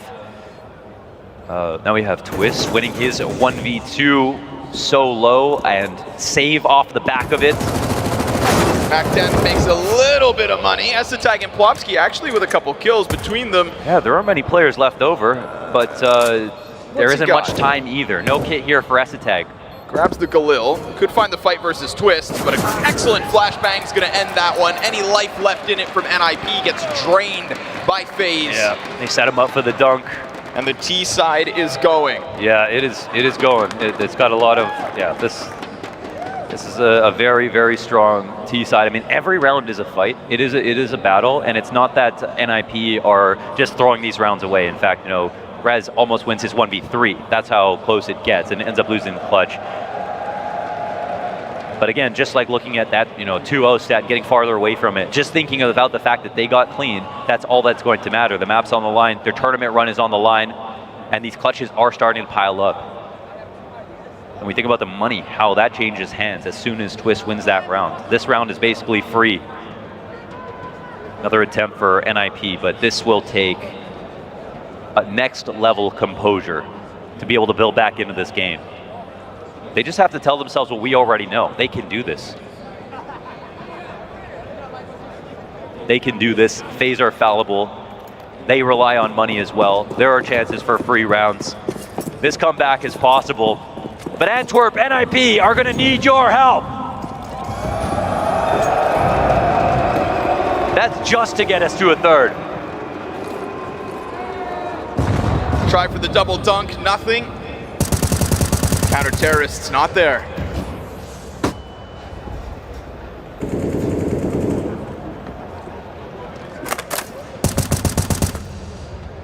Trying to line things up. Sometimes I think if Robs is alone at home, he's still jiggling. Yeah, goes to the kitchen, Jiggling. walking down the halls. Yeah. Sitting and waiting for the rest of his team to piece together this picture. We've got this two-man play through Con with also the bomb. And top mid uncontested. But like you've alluded to, right, the Ninjas in Pajamas in comparison to FaZe's CT side have been way less active. They've got the numbers here for that B side push, Yes. and imagine if they had that monster control. Yeah. Imagine if they pushed through that smoke. This is just the first attack. It's not the final attack for FaZe Clan. They're trying to draw out utility. This could be retake utility to the A side if they switch on over. There is too much space. And who's up there? It's Esatag. Yeah, I mean, it's a great gun to have here, but there's no one to help him out. You know, how close is his teammate? Is he sitting on Optimus beside him? Yeah, Brolin. But this is a fully passive setup in this position, 25 seconds. Again. Yes. We've already seen this one falter. We've seen FaZe break their way through, and they will test it again at 20 seconds. Flashbang connects. Wopski's gonna get one frag elsewhere. It's Esatag trying to stop them on long. Brolin's got one, he's got himself a second. But now the gun is empty. And as he keeps Twists occupied, there's no bomb plant. Brokey stuck as Brolin keeps this rolling. Well, yeah, he's rolling, he's rolling. Wow. A pristine hold. It fizzles out this For time. First thing, a pristine hold. They put it together. But it's still a worrying sign that FaZe picked the right site. They haven't opened bathrooms. They have enough time to get to that bomb plant zone, and there are two CTs sitting back there, letting them have all that territory. When they played against Vitality, they played the opposite. Okay, we had Esatag moving up into the front divider, looking for picks on jump spots. We had them peeking down mid. They had the more activity within the stairs. And I always say when a team is getting nervous, they start to lose these ideas. The default way to play is passive. That doesn't make it the incorrect way to play, but if that's all you see, I think that's a damning sign. And right now, even though NIP win this round, you have to be concerned about the fact that FaZe figured it out. They got what they wanted. And just because they lost doesn't mean it was the wrong move. Let's see if NIP can do, even better. They were graced with that. Maybe that's got their heads on straight. And a reward on the line with everything purchased up from FaZe. Oh, they don't extinguish the molly. This is a QB sneak from Twist. He's going to try to run up and abuse the sound bait here. Looking for a duel versus any kind of op that comes in. Looking to punish a rotation. But once again, man, this is actually such a smart move from a couple of different angles here, because not only have we seen NIP fall back really quickly, but now Twist has a position where if they do try to change it up, then he can try to punish that. And if they don't find anything, he has skipped a lot of utility and earned themselves a lot of time on the clock so they can get up here even faster. His team follows suit right behind him. I can't help but feel like Kerrigan's thinking right now. They're still missing things, though. They don't have a lot in the toolbox. Stress on Brokey and Twist, the two rifles of the round. They get very close, and the smokes start to come over. Esatag's got an answer. Twist is going to have to go through that. Missed shot from Esatag. Remember, he has support close left. Brolin with a double and a third! As he gets them locked into that corner, Kerrigan's able to bring it back with something, but Brolin, again, is a presence on this bomb site and a gift to NIP. Yeah, he actually can't be ignored. That is so insane that he does that with a first op shot missed. That could have been open lines right there, but Kerrigan trying his damnedest, and Wopski puts an end to that. NIP to tie this game at 12. Wow, I mean, holy hell. I guess it makes a bit of sense if Brolin can continue to do that. And this could be a situation where NIP see this as an anti-eco themselves. Maybe they didn't anticipate the actual sheer force of FaZe coming into that round. There was a chance, of course, that they could have been able to win that, but normally, if you think it's going to end it's anti-eco, you have three at least. You have two rifles, you're off there. You try to spot over on Beast for some information. And this is FaZe fully depleted. So not only was that a round where they had just two rifles, but now they have even less. It's a Tight match with a pulse on the side of FaZe Clan. You can see Kerrigan's brain working. Yeah. Trying to get things to slip through, trying to find that crack in NIP's CT side, but so far the Swedes are locking in round wins, and now off the back of this one, a lead. Listen, it doesn't look sustainable to me, but Brolin's consistency is proving otherwise. Roland very much up there, right with Hampus. An S attack, he's gonna lock in the easy one versus Twist. The big question will be, can he continue to do that once we get back into guns? If he didn't have Brolin on that A site, I wonder to myself whether or not FaZe are stopped as bluntly as they were by Brolin. He's gonna power up here in the anti-eco, but that is of course the reward for NIP. Let's see the evolutions of the game plans. We've seen right here, we've seen FaZe learn from what they've seen. And we've seen NIP play relatively static, trying what works over and over again. Where do we go now that NIP is in the lead? FaZe are back on a bye. We're closing out this map. We are very close. Last 5 rounds. NIP went from seeing the finish line to now tasting the gravel near it. They are so close to breaking through this ribbon and breaking ground for them in major playoffs. And all of a sudden, we get a much more forward Brolin. And this to me, when he was first introduced to this formula for NIP on Overpass, it was here inside of Connector that Brolin truly shines. But he gets Molotov'd out of his initial spot. Has to move around. Luckily for him, there's nobody coming over top of Party because this is going to be the walkout monster. Grenade in the hands of Plopsky, they chase! They've got that first kill, Rez only 1! Rain stops it there, but Hampus is quiet. Hampus is sneaky, and Hampus can be so slick. Oh, Rain just being fully well aware of his threats, not overstepping in this position. Brolin's rotating around that graffiti corner, trying to lend his helping hands to Hampus. There is so much time, but S-Attack, he gets pressured off of Heaven. How? And while Hampus is blind, he finds that wallbang, Rain's down. Bomb's still gonna be planted. A boost into the site. Twist skips chase, and 2 go down. FaZe tie 13. Yeah, with that combo, the monster walkout. After all of that action towards bathrooms, they go with a contact explode. And it ends up being perfect. Fumbling with grenades, no one left side monster, no warning system from the barrels, instead just Plopsky crack spotting and hoping that they don't pull this play off. And a spot where they were watching both short and holding on to the half wall. Half wall is a great spot where you can split the difference. You have good fights versus monster and versus short, but you don't get to see anything versus monster. Sometimes you want to play up on the grate. Sometimes you want to double up with someone and peek at the same time. Yeah, no G2 here. And they would have been another threat for NIP.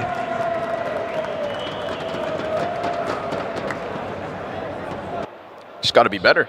Just got to be better. I mean, they got to win. I mean, the teams that have got here have absolutely earned it. It's the fact of the matter.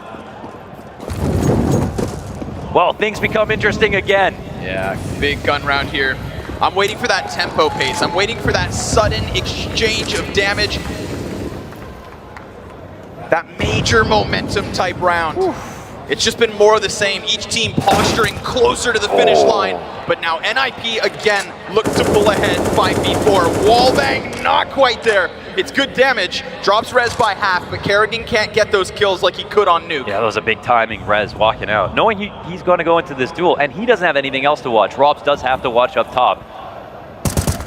So that's why that goes down. 4v5. How wet is Kerrigan's brain right now? How fluid is he thinking?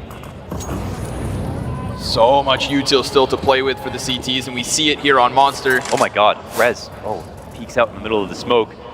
One more at the end, but clears out the tunnel. This is the activity we're looking for. Yeah, just that little bit, that X factor. This is a good moment. They can start searching out A if they believe it's going to be a B-side hit, but FaZe go unnoticed for the time being. Late smoke comes through. Spacing's good here for FaZe. So much utility left for NIP. They're doing so well at this point of the round. They'll have to clear both of the players off Monster's side, and Plopsky, he's going to be that first contact. He eats the flashbang. They come running in. Hampus 2 kills, and then Rez stops that third, so Kerrigan from the back line is all that's left. NIP pull ahead again by the looks of things, and sure enough, Hampus ends them. Oh yeah. 3 kills from the Swedish IGL to keep himself at the top of that scoreboard. To do what Kerrigan did for FaZe on Nuke, now it's Hampus with NIP. Yeah, he keeps drilling. He's got that thing plugged in. It's not stopping. What an enormous hold. That timing, if that first player Oh my obviously God. has to look towards Monster, but I mean, Hampus just skated by death's door. Absolutely. You know, could have got swung on, one tapped in that spot, but they gave him just that 1 millisecond of timing, and he gets the molly off as well. They can telegraph the hold because the nade's coming over. FaZe try to beat that out, but now they're beaten down. Hero AK for Robs. They might be potentially just giving NIP 15 rounds right here and now. And Robs looked like, honestly, some of the shots he was hitting, it felt like he was back in form for this map, but at the same time, he's been hard countered. I mean, Rez cleaned his clock on that last round, sneaking out towards Monster. He's been killed by nades, by players who haven't seen him, refragged from the grave. That's a sign of a really good team, and NIP's utility has been something to write home about.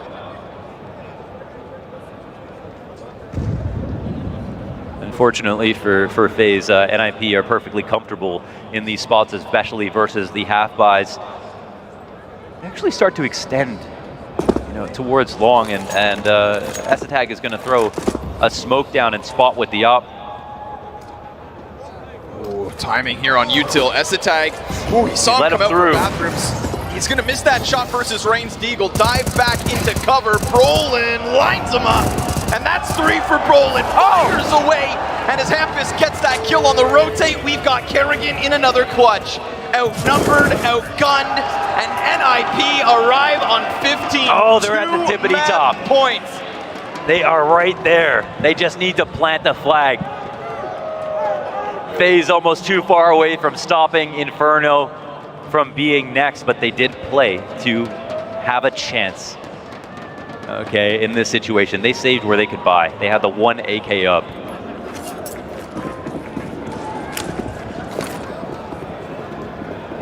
In moments like this, Kerrigan is so good at accumulating data, synthesizing it, picking the best play. Usually ends up being a very complicated round that his team, with full trust, can execute behind it. But another opening kill for NIP. It's Brolin up front this time. So clean. And xantares gonna connect one. Double man advantage for NIP. Utility in abundance. And the challengers in FaZe, no joke. But Overpass is their turf. Oh, hell yeah. Inferno potentially up next. But there is time here. There is time. There has been space created. We do at least have some control of the map. The bomb is left so far back. I mean, FaZe are just wondering, how do we get this kill to make the execute possible? But NIP have not given them an opportunity.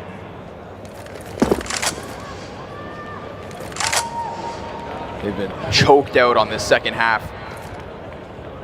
The turntables in full effect as we go nuke to Overpass. Rez tries to find that gap. This would be more than ridiculous. Look at the amount of mercenaries here. 1 smoke for the heavens. That's Hampus cut off. It's just Plopsky and Rez. That's all you have to deal with. And if Kerrigan can get a kill as the split comes through, they're good. But Rez locks them out of Monster. An incendiary in front of the short play with 20 seconds left over, and the ninjas in pajamas, they do what they couldn't on their own home ground in Stockholm. They push it the limit, and they find new territory in a 2-1 series needed between them and FaZe. Yes. A map win in the playoffs. Hell yes, we get Inferno. Let's put the fire to FaZe. They're the ones who didn't look that sharp, or NIP had all the tools. Now the execution. They're not scared of the crowd. They are delivering. Yeah. What a monster map that was, man. The CS that they played was phenomenal. That was just beautiful from NIP. And there's so many good things to say about Inferno when we get there. And I don't know what else to say. I mean, that was quality. That was quality, and there was a chance for NIP. a chance. They grabbed it and they pushed it forward. Inferno to separate two great teams. Isn't that how every major series should go? Absolutely. We'll be back soon enough, folks, because we've got Inferno up next. Inferno is undoubtedly the perfect third map, deciding map coming into this series, but Overpass, man, NIP managed to inch that one out. A first for Hampus' squad, actually managing to seal a map at a major playoffs, and that's what I love to see coming out of NIP. We were kind of doubting, maybe coming off of Nuke, is their lack of confidence going to affect them? No, they come into this one fighting. For the entire squad, this is the first map they have ever won in a playoff of a major. Yeah. Even Rez, who had been there before, didn't manage to do it in Katowice back in time. Such a great obstacle to overcome for the side of NIP. I feel like it changes the whole dialogue. The fact that Hampus was able to go toe-to-toe to Kerrigan, and we are going to talk about the mind games. We're going to talk about the strategies and the reads that were done. This was done in style by NIP. And I told you Brolan was a big game player, because he really stepped up when they really needed him this game. He got a lot of impact. It was constantly bringing that impact. He started a little bit slow, but he really got there in the end. And I've seen so many overpasses from him, and he's just so comfortable in these moments. And here we see some highlights here from him. Oh yeah. We have to give him props. Yeah. We have to give him props for the work he's done on the CT side as well. You have to realize, formerly it used to be Rez playing his position. Formerly Rez was that secondary rifle on the A side, right behind his AWP. Now Brolan takes that position, but he does the job. He did everything that Rez used to do, and even better. So many multi-kills, because there were a few rounds just before NIP pulled ahead and got into the driver's seat, where Hampus wanted to play a very passive game, very passive defense, mostly on the A side, in the dark, not really knowing what's going to be thrown at you. And this is where you have so much pressure as an individual. You can get just caught off guard. And that happened to Brolan a couple of times. But he saved NIP in a bunch of those. And it's this adaptations that we were talking about being so instrumental for both sides of the equation. You know, we saw FaZe having some success, taking towards those A hits, then NIP adapting. And I feel like Brolan was a key instrumental part of one of those, as Maniac just mentioned, the multi-frag ability that he was able to get from some really, really cheeky positions.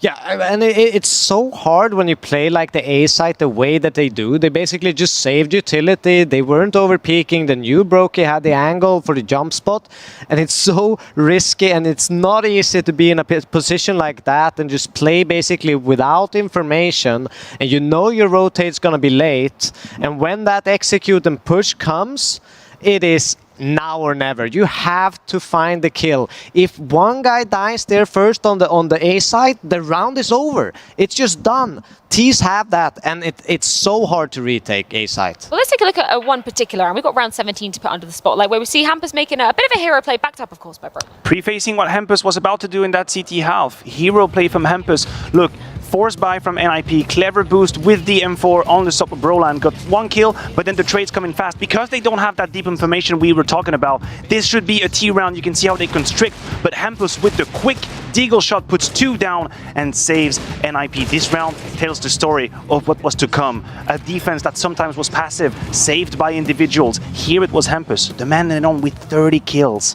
30 kills. And how many times in the last 5 to 6 rounds he had the perfect read. He was in position. He bails them out around 27 when he rotates CT spawn. He was in the game, fragging, moving, and this is a huge scalp for Hampus. I also want to give a little bit of credit for Kerrigan and his tempo switch, because they actually utilized a round where they basically faked the default and went for that contact monster play. So just kind of, it's kind of giving that feeling of like safety to the NIP players. Okay, they're just playing a default, let's just calm it down, and they got caught off guard, and that's what Kerrigan is so good. I thought it was over by then. I know. But NIP pulled it back. They with that Brolan play that you just explained, which was huge for them winning this map.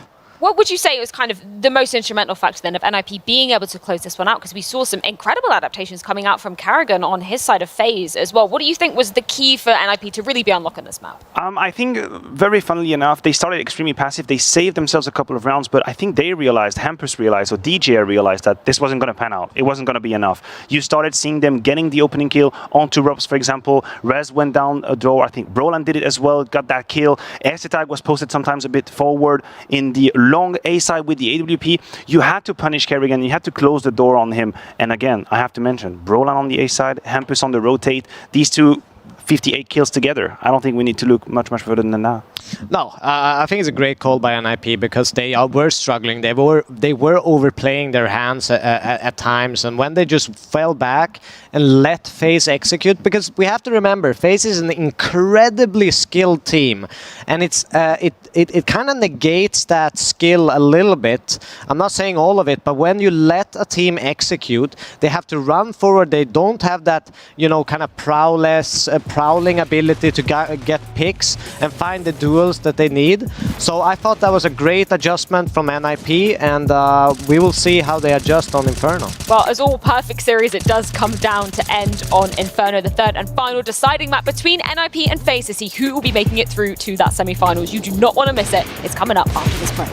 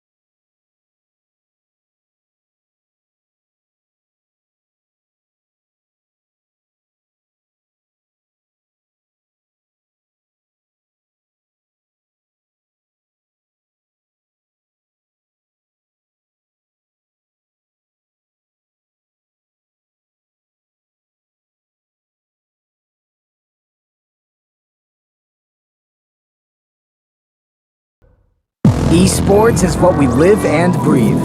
For us, it's more than a game. It's a reality, where a group of letters can mean everything. Where Mirage is a place for bombs, battles, and glory, not an illusion.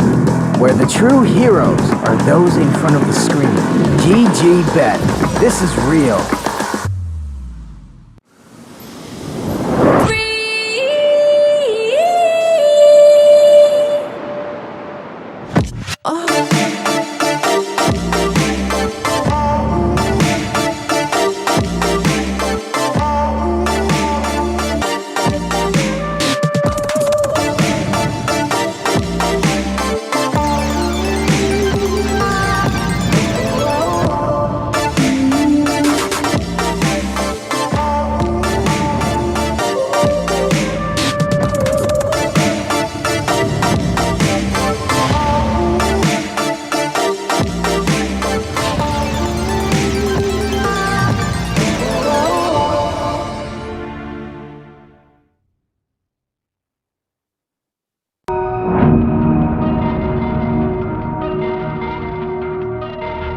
The wait is finally over. Time for you to grab your tickets and watch greatness unfold at the PGl Arlington Major.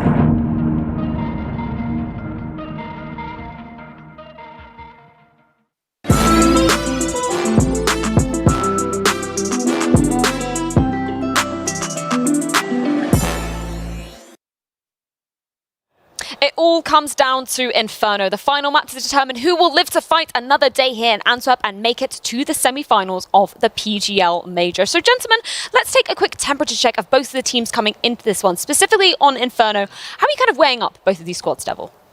Well, I think everyone is starting to get warmed in their clothes. I think every individual have their moments so far in this series, so it's just going to be an all-out brawl on Inferno. I think it's going to be incredibly exciting, and I'm not really sure where to put my thoughts on this.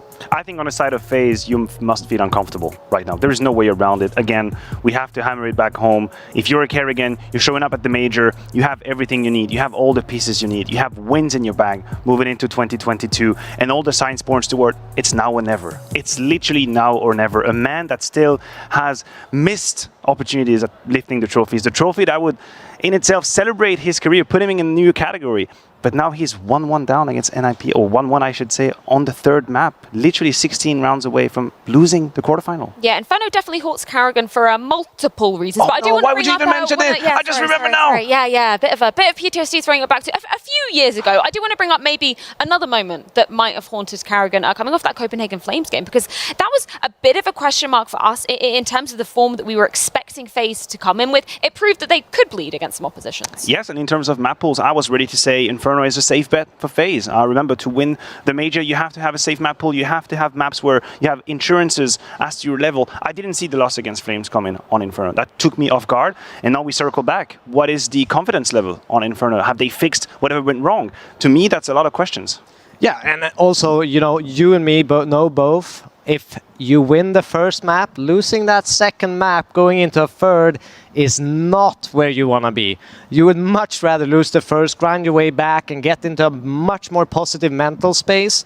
And, you know, looking at NIP's Inferno, it's very, very hard to play against, because they hold their utility a lot on the T side to make sure they have enough flashes for that explosiveness. And I think it can be tricky in a third map to play against that style, because you want to push into them, but they have been very methodical. So that could punish FaZe like a lot, because I don't think they want to sit back and watch those execute come at them. We are starting off with NIP being on the CT side of things, though, so maybe flipping the script slightly. What are you kind of expecting, maybe coming out of FaZe's T side, Devil? What do you think we should be seeing from them if they have hopes to take in this one?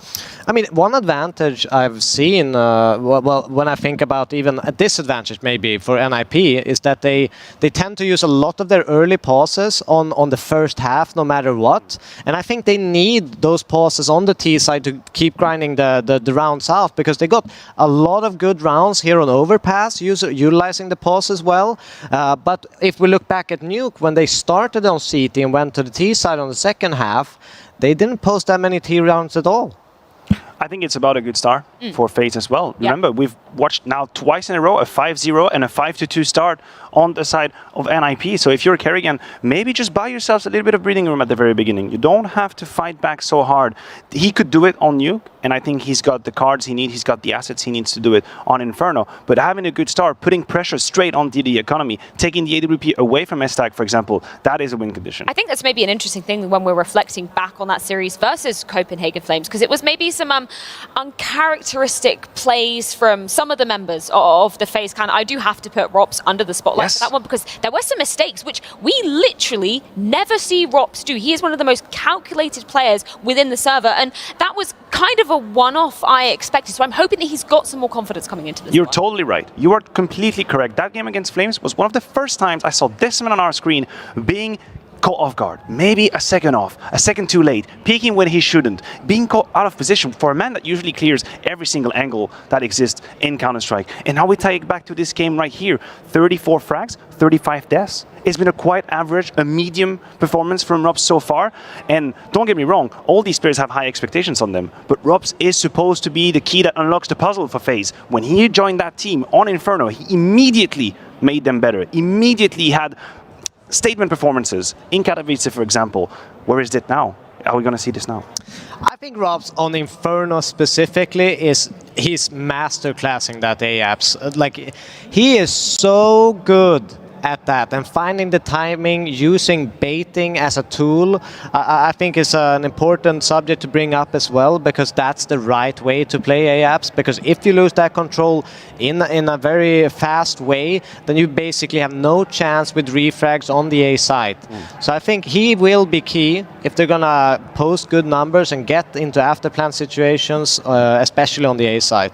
Yeah, I remember him taking a few uncharacteristic pieces you were kind of mentioning towards that mid area, and it was just something that we really weren't used to Rops doing, particularly in the moments he did them. It was towards quite late in the map when it was really key to be getting those rounds on the board. And somebody else that didn't really show up, we're not looking at Karrigan to be showing up necessarily coming into series, but I think that is a good sign for FaZe coming into things, because Karrigan has been fired up. We always heard him in interviews when he was coming in, building this squad, saying, when we get back to LAN, that is our time to shine. And he is kind of the epitome of that theory. He loves it there on that stage. Look, the second map was definitely more quiet on the side of Kerrigan. Yes. Same for Rain, right? We hyped up the 2 veterans after the first map, and we did rightfully so.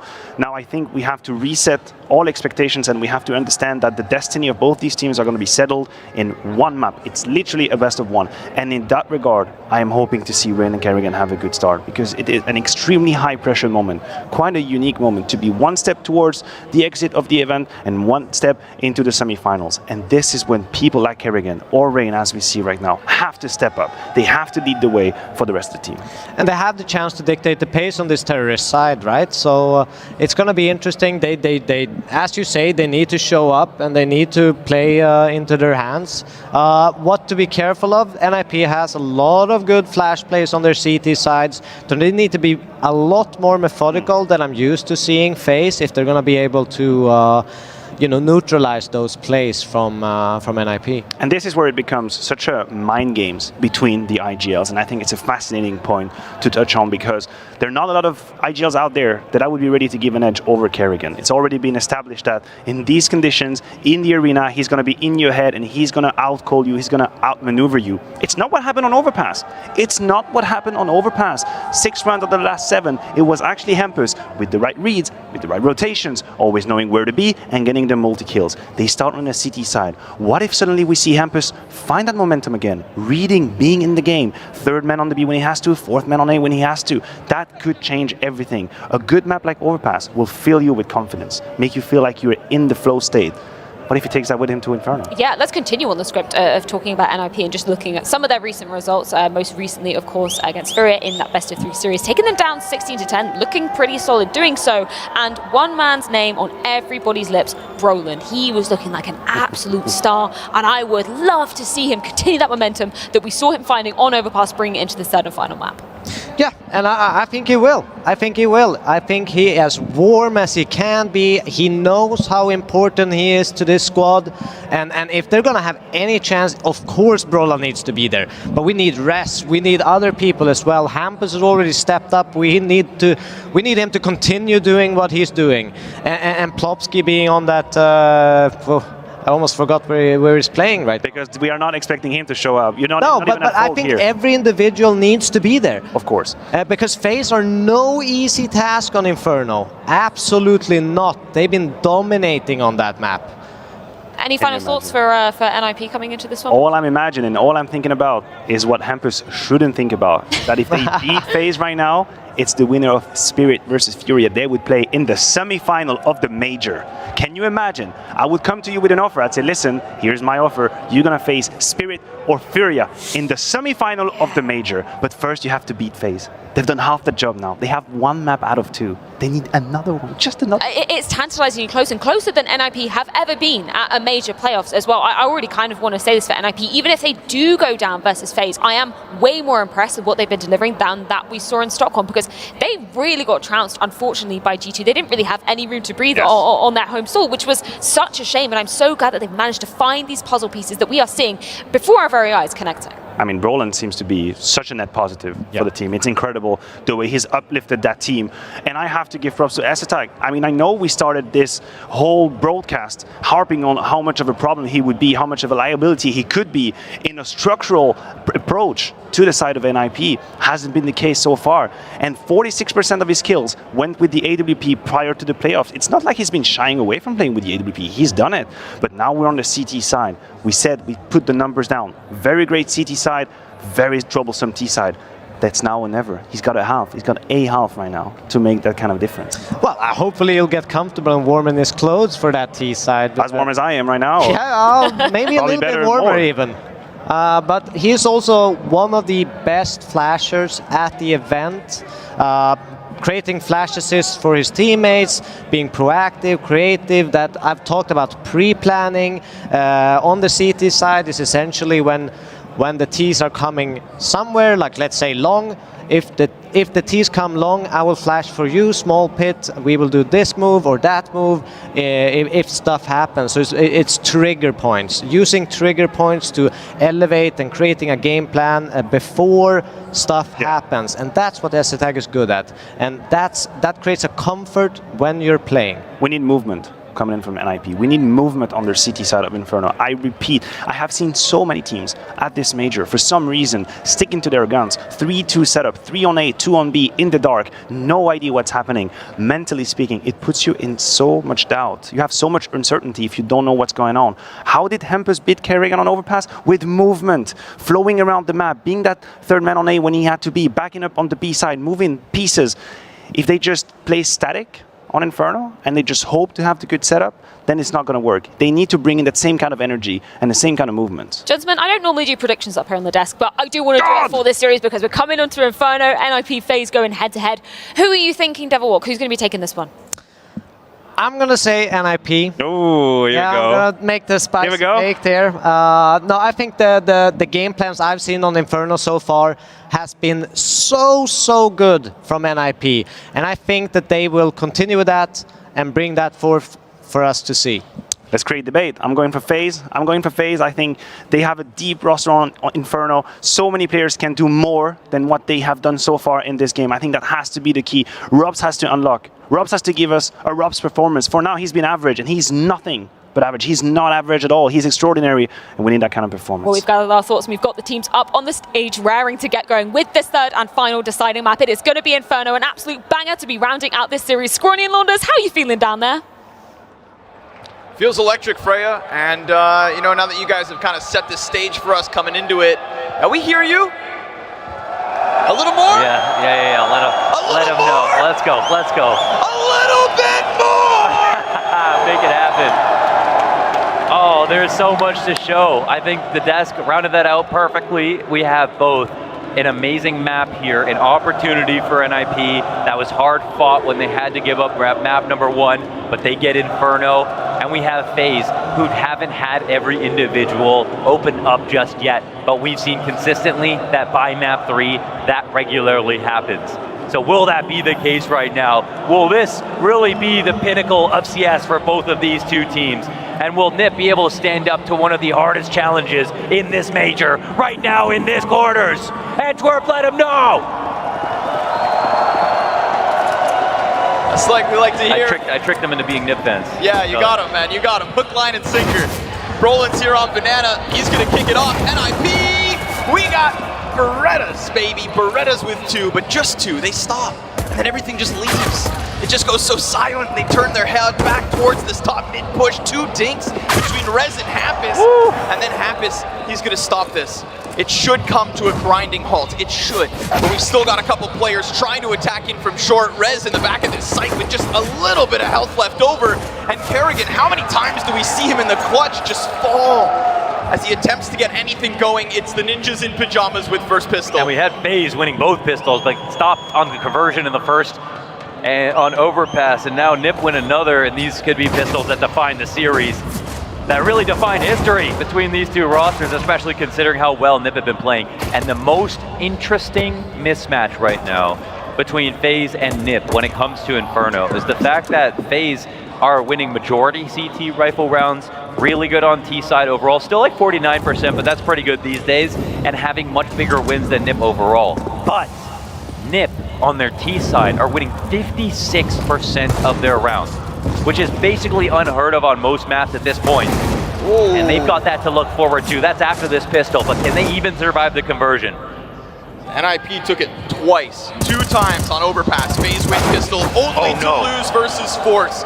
And they say what goes around comes around. Hampus, you're up to the plate, son. He's going to try to push in, lines up 2 players. Broky's now in with the Desert Eagle. Jesus. And if we talk about that star-studded roster on FaZe Clan, it's Broky, Twists, and Rops. Yeah. That's who it's supposed to be. And in this round, with this kick back into the head of NIP, it is those exact 3 players. Yeah, we talk about kickback. We just went from Sriracha to DeBomb in one go. That was a huge round from the pistols here on FaZe. And just like NIP did to them on the second round of overpass, FaZe denied the conversion.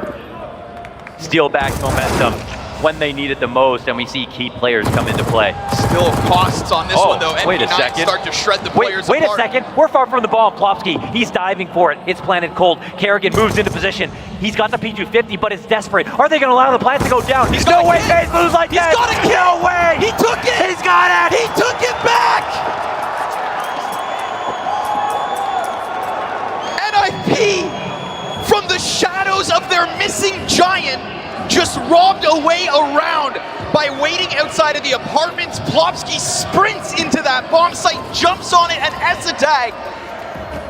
He kills Kerrigan, who is simply too far away. That situation distills. Have you ever seen something like that? A push down mid in a spot where the TTs are so far away, like there's no way for them to get back to it. They all, in perfect coalescence, get those frags and make it back to the site. Of course, Kerrigan's over in TT spawn. The rest of his teammates have left entirely, and he only has a P250. Those are not the mistakes you can afford to make in map 3 of the quarterfinals as the favorites of this major. Absolutely.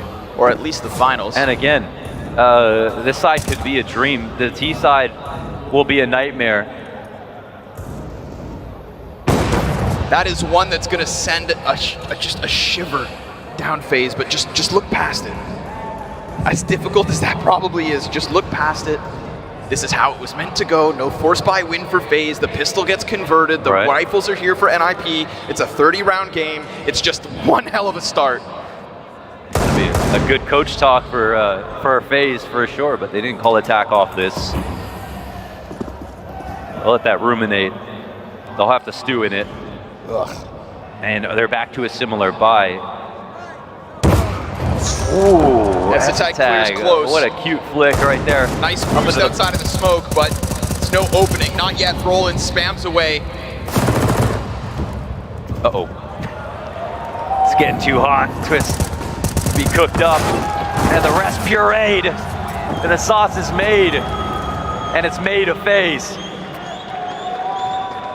3-0. They have already survived tragedy and they get 3-0 start. But just like you said, they mentally FaZe might have moved into the idea that they won the second round. But if they hadn't, they know they'd be playing from 3 in the first place. Hit that reset button.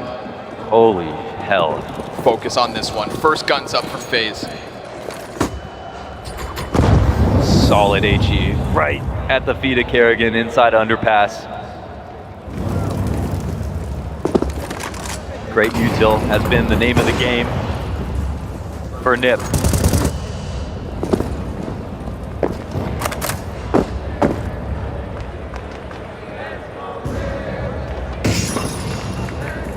It has to be said, DJL really making a name for himself with this roster. Minute 20 on the clock. FaZe pause. This molly is for xantares to push him back out of position. Cap though. Oh, Happus. What is that smoke? It's not what they needed, that's for damn sure. And now we're gonna get aggression as well towards Banana. Brolin looks to lock in. Twist comes around the corner and hopes to bring this one back for FaZe. He's gonna give chase to Plopsky, but the question's where'd he go? Yeah, the molly landed in between him and his teammates. That slows him down. The rotation comes in. Twist still up to the plate. He gets that through the smoke. Oh, but Plopsky's able to come out. That's a trade frag at least. Brokey with the op goes high, and Plopsky dies to it. The opera connects. Spam damage from Rez and an upgrade to the A1S. xantares nowhere to be found, and it looks like Twist at the head of that push from Banana will put FaZe on the board. Yeah, that was Twist in his little race car there running up Banana.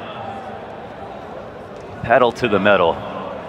Wow. Yeah, both players on the B sites getting decimated, and Plopsky and Brolin again have been joining hands in an effort to support each other, former teammates working now together on TT sides on site to lock down B, give new dimension to NIP, a fresh look.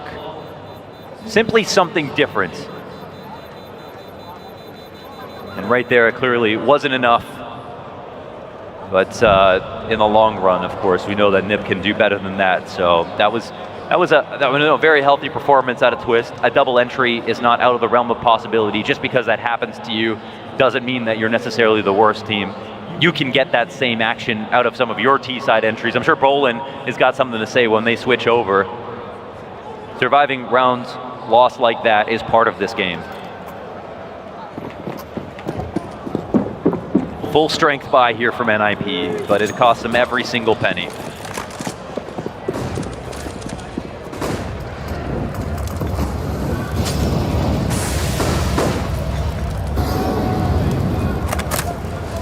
Looks like they want to try and turn FaZe away from Banana early.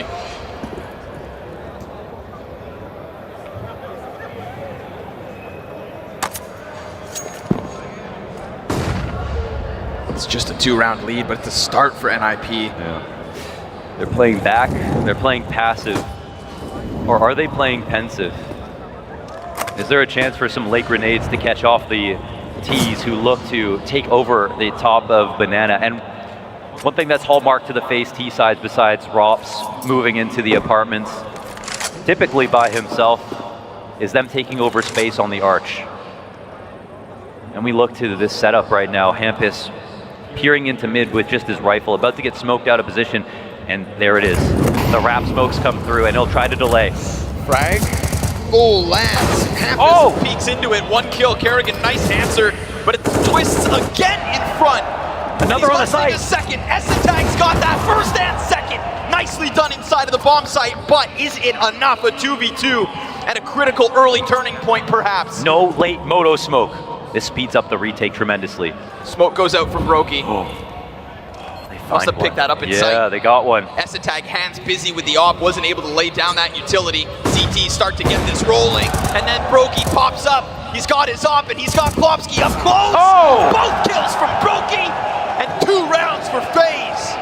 Wow, ring around the rosy and leave it to Brokey. A clutch opposition, sometimes stronger to just have a rifle in that spot. I think he recognized how dangerous that could be, but didn't want to stand in a standard spot like Cold and potentially get pre-fired. Trust his instincts here. Beautifully done. Well handled, and he was smoked out of help from his teammates, so that could have very easily been a one-on-one situation. But the rotators from B get shoved out. Twists earn a second. Pistols for Nip.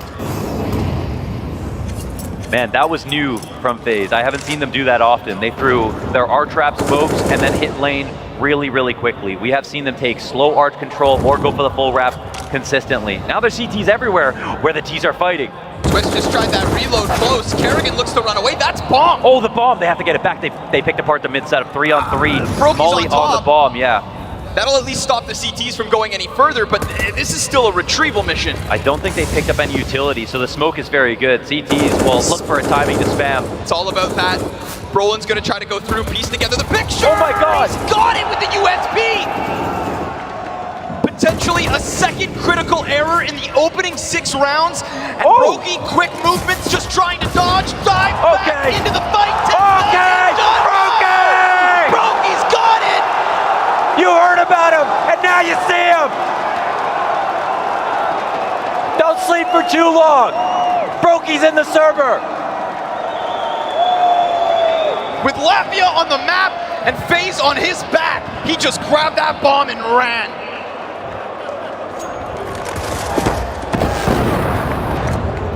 That Tech-9 shot into the snap to Hampus. You thought you had it, but that's a recovery for Brokey. What on earth? Critical round to take back. We're tied early on, and this start is electric.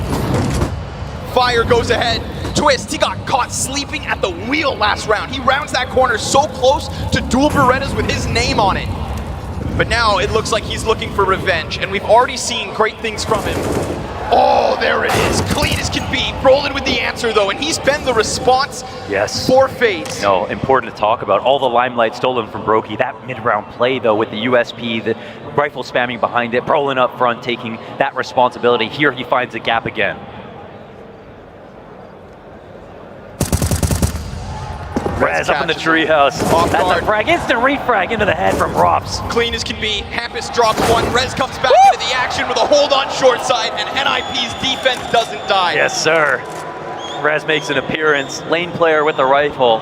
So much to think about. Inside a mid, inside a boiler, up on the T-apps, and he starts off up high. That gives you so many options later on. You get that first frag, then you can be in a normal, natural position, and it's somewhere brand new.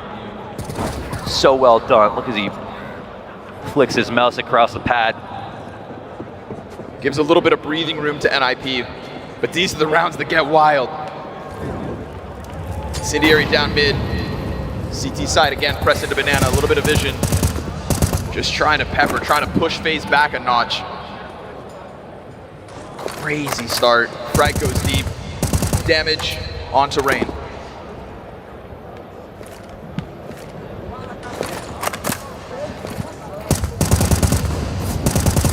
Want to make sure they keep this lead. It's one of the two now over on B. They shove the T's back. No choice but to respect it. No window flash available. They can't even close flash into the smoke to take over B. They can wait this out, however. That's always an option. That gets a bouncy Kerrigan out of the sky.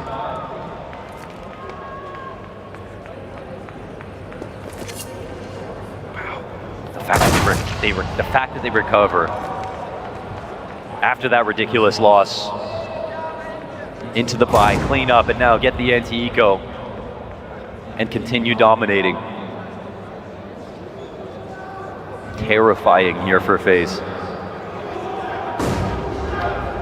Just gonna see what he can squeeze out of this one. 1v5, unarmored Deagle with 0 kills to his name here on Inferno. Contact found with Brolin, and that's the end of him. NIP looked to stabilize after a ridiculous back and forth. Yes. Yeah, when the dust settles, a lead here for the CTs. Confidence knowing they've got the second half. T-side, that's where they specialize. That's what they love.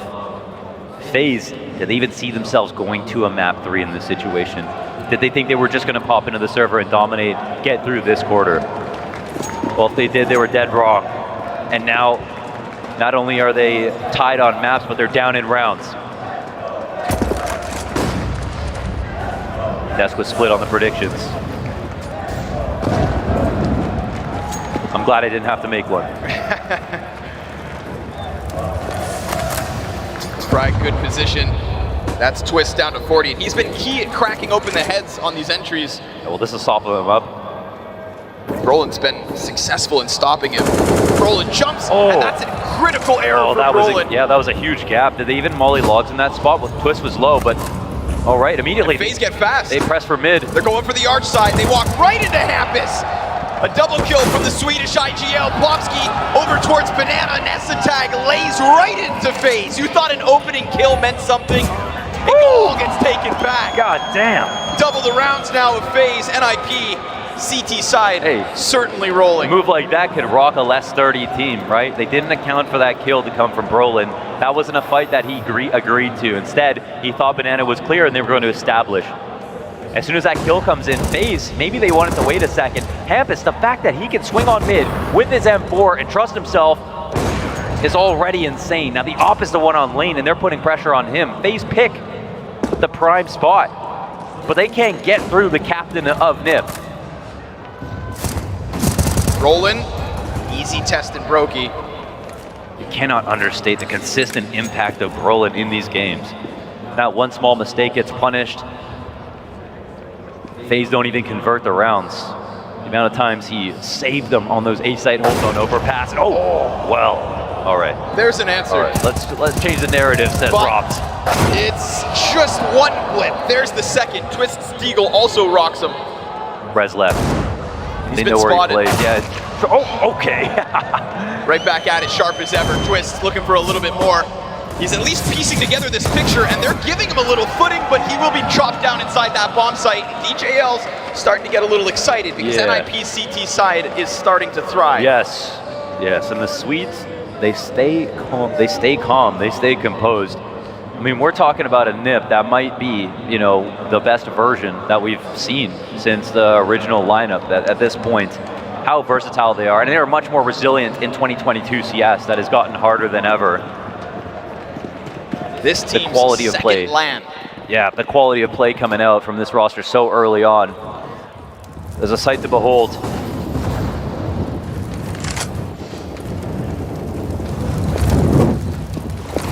Twists ahead of the pack, chases into that. Saw the utility getting used. Ooh, actually, man, that was a really solid disengage. It rocks the CT setup. They get a kill on the other side of the map. That's Rob saying, hey, don't go to, nice. No way, 7 bullets spray to the bottom of stairs. Yeah, straight to the head of Rain. That's gonna put things back onto Twists to lean into this B site. Ence, he got punished trying to peek into the balcony, of course. That's absurd. Residual damage here on Brolin as they put him up. And FaZe have not been able to wrap Arch a single time. Hampus grows with confidence. Again, floating with the rifle is just improving the map for everybody at the moment. Plopsky and Brolin, former teammates looking to work together to defend. Oh, that's good damage. Remember, Brolin, he's still here. 1 kill. The fact that he brings one with him, something flash into the head of Kerrigan as he crosses over. Another smoke towards CT, but the CTs themselves are here. And those shots so close to denying Brokey his plan. FaZe inside of the site, they've got a post. Can they hold on? Kerrigan jumping up, caught out by Plopsky in this forward position. They didn't see it coming. And what's left of FaZe is gonna have to lean back.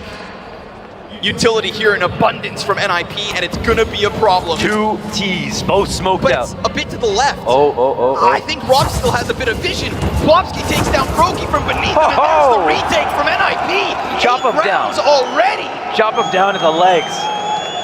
That totem pole is cooked. The retake utility is just enough, and that little outpost position from Plopsky catches out Kerrigan, who starts to feel less safe sitting in emo on low HP. Jumps up and looks for a new fight, and that's the kill that allows the retake to occur even faster. Now we've got a retake to their name, a fast round, damn near won an eco. It actually did in denying the conversion for the FaZe Clan. 8 rounds, 8 to go. On fire as well. 5 straight here. FaZe, you gotta answer. You gotta answer before this is too late, before suddenly what feels like a major you're supposed to be contending for slips through your fingers.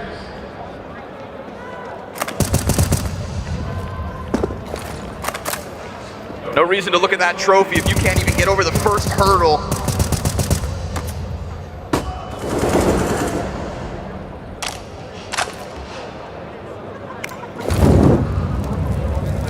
Molotov goes over and S-Attack has to fall back.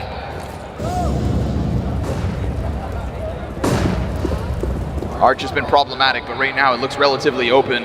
Yeah, it's finally been exposed, but in response, actually, this is very tricky from NIP. They rotate 3 into the site, so they took a small risk on B. They've done such a good job of conditioning. They actually are trying to encourage the A site to be taken over. Double pit indicates here that they're ready to deal with anybody like Rops who might come out late.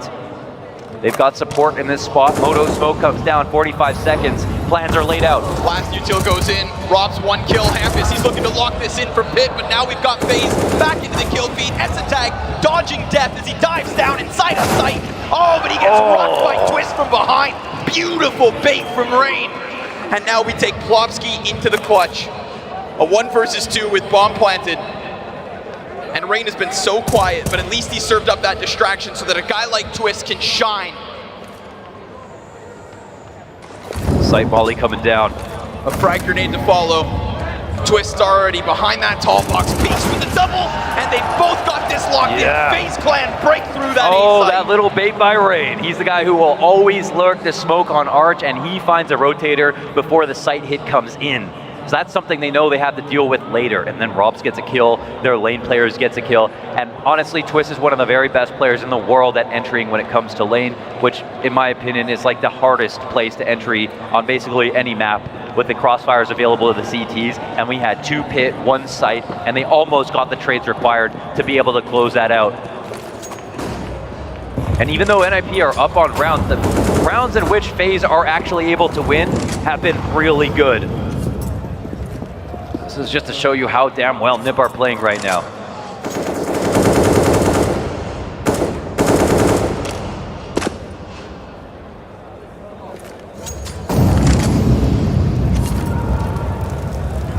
A new look over on B. And just like we saw, Kerrigan on Ancient pushing A with Robs, Kerrigan on Monster on Overpass pushing himself, Twist continuously taking space aggressively by himself over on Banana. Always trying to call them out on one half of the map at all times. Oh no, wait, was that a T smoke that landed inside of mid? Oh, CT. Okay, I hope so. I don't know, CT Molly, that looked like a weird bounce. Anyways, it's perfect. Okay, we'll give it to them, but they're coming back for it. S-Attack open lines. He knows if he gets flashed, he's screwed. They give him a dry peek, he's in. Puts down another one, this one a little bit wider. Oh man. This is so late. 35 seconds left over. We get more utility coming out of pit now. That's apartments completely smoked off. xantares misses his first shot, and that had to be hit. A second off of the mark, a drive-by from Kerrigan. Everything falls onto Hampus. He's able to get the player off a porch. They know he's here, and he knows they're coming. So a second kill is critical, but Rain into the library, silences Rez, puts him down to bed as Brolin and Plopsky just can't find openings. FaZe find 5. Yeah, this is big. The fact that, again, Twist goes to B, even though NiP have done such a good job on that part of the map, pushing him back, he has either gotten a kill, stayed alive, sometimes died with one, always got something out of it, and continues to not be scared. That opens options. And what happens? NIP rotate 3 over to B because they can't continuously fight. They're tired. They've been doing it so much. It's just that FaZe always, again, play like they're winning, even when they're down on rounds. And that's what allows them to come back slowly. Quality rounds here won by FaZe on T side. Enormous entries. And of course, xantares could have put up a defense there on the A site, but the important thing to notice was FaZe picked A when there were 2 there. xantares had chances. He did.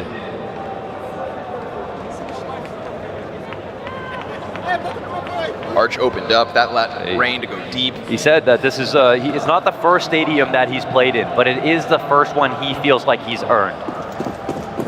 Playing at the Blast Fall Finals, getting wiped out there, but, you know, guaranteed to be able to play in an arena like this. The Major is not guaranteed. The playoffs here are not by any means. There was an enormous smile on his face when he realized that he put in the work to allow his team to get to this point. Twist shut down. We've seen him with success on these entries, so for him to be rocked at the start of this one,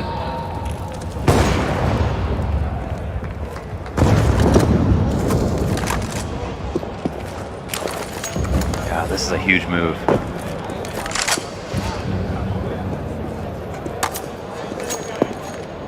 Now they'll begin to cheat over. FaZe want to stay on their tails. You can see watching mid having no idea what's going on over on Arch. Man, NiP are making decisions right now, and none of them have to do with supporting the B players on this rotation. They'll boost up into quad. Will this be the play that saves the day for NiP? Good luck. Incendiary into the pit. Kerrigan, he's going to decide to wrap around. Okay. They feel swarm, and Rain, he's got them both! Over the top of the boxes, he's going to send NIP into a save call. Clean entries here from FaZe, and that was off the back of the 4v5. That was, yes. That was. Fixate in on that intention, take that B site, swarm from all directions, and even if Rain doesn't crack both, they were there in numbers. When people talk about hard rotations, one thing that needs to be understood is that, okay, it's simple. You get your Arch Opera to rotate over to B when you think it's going to be B and come back. No. The difficult part is not how you route to that rotation, it's when you do it, because the rotation is so long. The fact that if xantares leaves his spot, goes and supports the B play, leaves Arch open for a timing, certain timings in the round, then FaZe are going to be able to win. So we saw some communication trouble there from NiP as they were deciding what happens on the A site. And it looks like it has no knock-on effect over towards B, but it does. We have 2 players there trying to hold 2 rounds in a row where there's 2 site players on the site that should be stacked higher. And oh, okay. Rez just goes picking off one more at the end of the round, and the op doesn't even get recovered. They can't even cross over to it. Too afraid. Wow. All right, Robs. Back in the game here with 6. NiP still have a T side to look forward to, but this game is so much more than past results. As much as they matter, and as much as NiP proved that they can withstand the pressure, we are at the paramount level of pressure. Map 3. Tournament life on the line, the entire grind, the RMR. There were no free spots at this major. The entire Legends run. The expectations, as much as NiP can say everybody has doubted them, they have started to earn a reputation for themselves to be a serious threat. Their reputation is they're the threat you don't expect. Yes. But clearly, they're being taken seriously. Hampus quietly up to 15. Off of his presence on the Arch plays, has done fantastic work from NiP.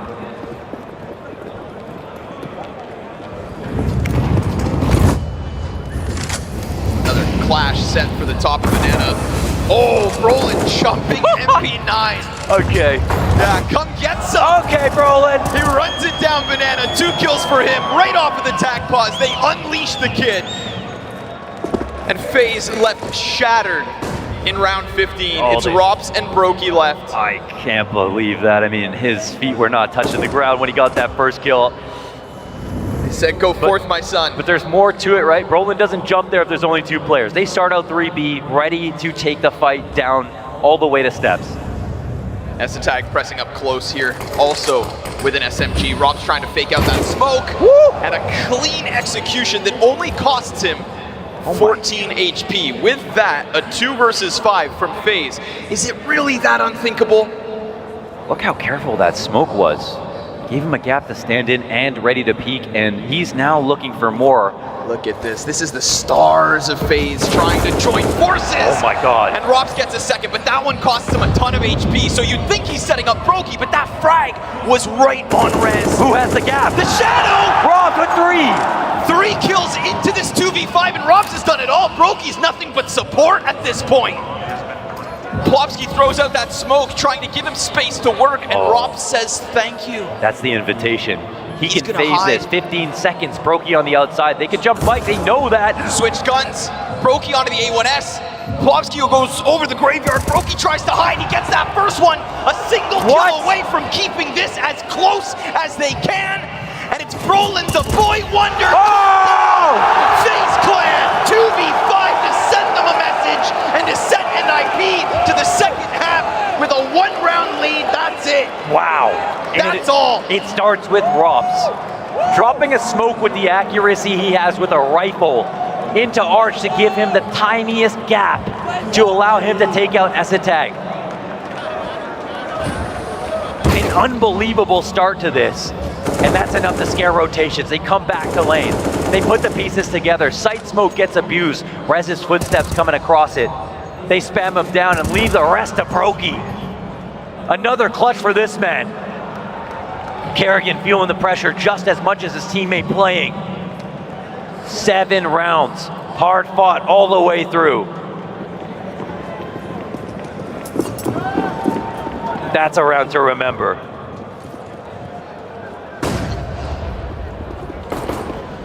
Pistols start to trickle up mid.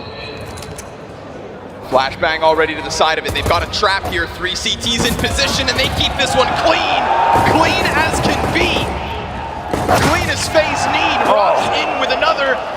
And it is Rez in the 1v5. If NIP truly think that they can push their limits and get into those semifinals, then they need to make sure they can dance with the very best.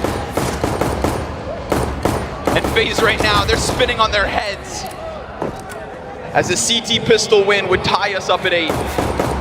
You can grab 56% of your T rounds. But you better believe a stat where the pistol comes into play is going to taint that a little bit. That might be a necessary one for FaZe. We see Hampus talking now. It's ideas that win matches. And on T side where they're more important than ever. Such a perfect trap, those 3 players. Oh man, there were when you killed one player ran out of bullets, there was another. It's clutch time here. And as FaZe look to hope to hang on, isn't there just this poetic element where we saw Rain and Kerrigan kick off this series on Nuke, and now finally in the 3rd map before the end of them, the way that NIP would want to cut down this first challenge, and it's Rob's Twists and Brokey at the top. As the analyst said, their performance is inevitable. And it's here in the second half of map 3 that NIP are going to feel the full wrath of FaZe. Don't forget for a second, tied game.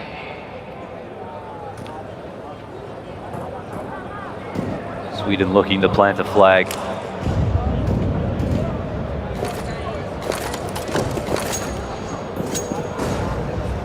Seven years since they've been able to win a major. Chance to get through one of the best teams at the tournament right now. Rain under pressure. He's got 3! Stops them in their tracks on the cusp of that site up 4th. This half-armored buy is nothing.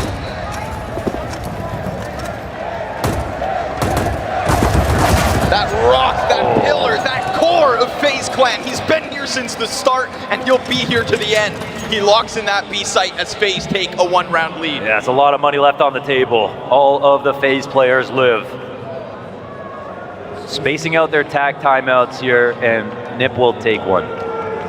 before they establish. They had an investment. I don't know if they can buy again. They'll sit and talk either about this upcoming round or the next.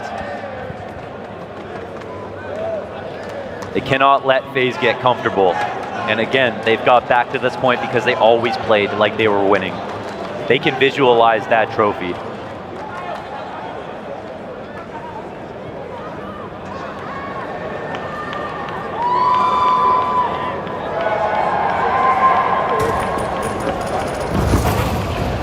Up close and personal too, those Tech 9s, that Deagle, and he withstood all of the damage as well, tucks right in and finishes it easily.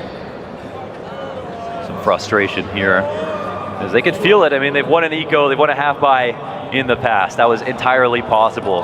There's always a chance on Inferno. That's why this map always delivers in map 3s. Deagle's in for NIP and Plopsky. That's a cut down. Rob's now, he's been severed from his next rotation. He has to just fight his way out of this. Rotation comes in, Hampus goes down, and the smoke now at the bottom of steps. Twitch will support. Recovering. Damage through that smoke as well. Gonna confirm they are down there.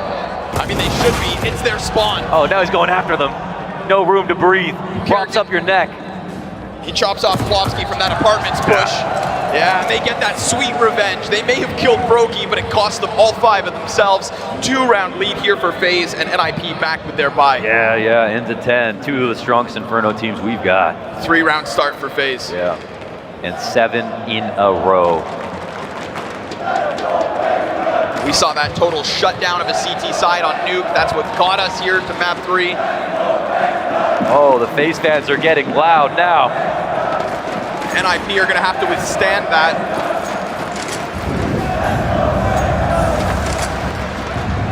They got further than they did in Stockholm with at least a map win, but no home field advantage.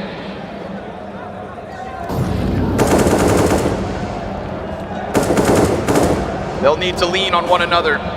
Rez into the apartments, Plopsky's trying to join him, MP9 pushes through. That was an invitation for Rox to chop down another. And then the fights go the way of Kerrigan. He's just flexing the FAMAS on the front of Banana. An answer though, Hampus. He gets one of these players peeled off the B site, rotates already over, but no smoke on that cross. Costs S a tag, and Hampus, well, he'll be on 58 HP as the onslaught continues. He'll need all 5 kills in this one.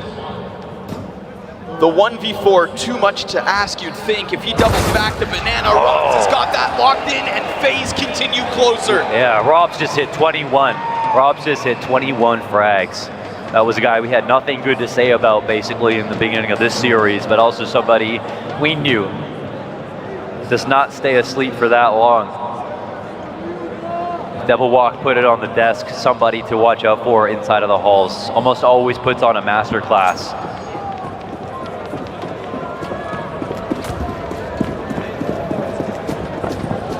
Other players have a lease. He owns the apartments.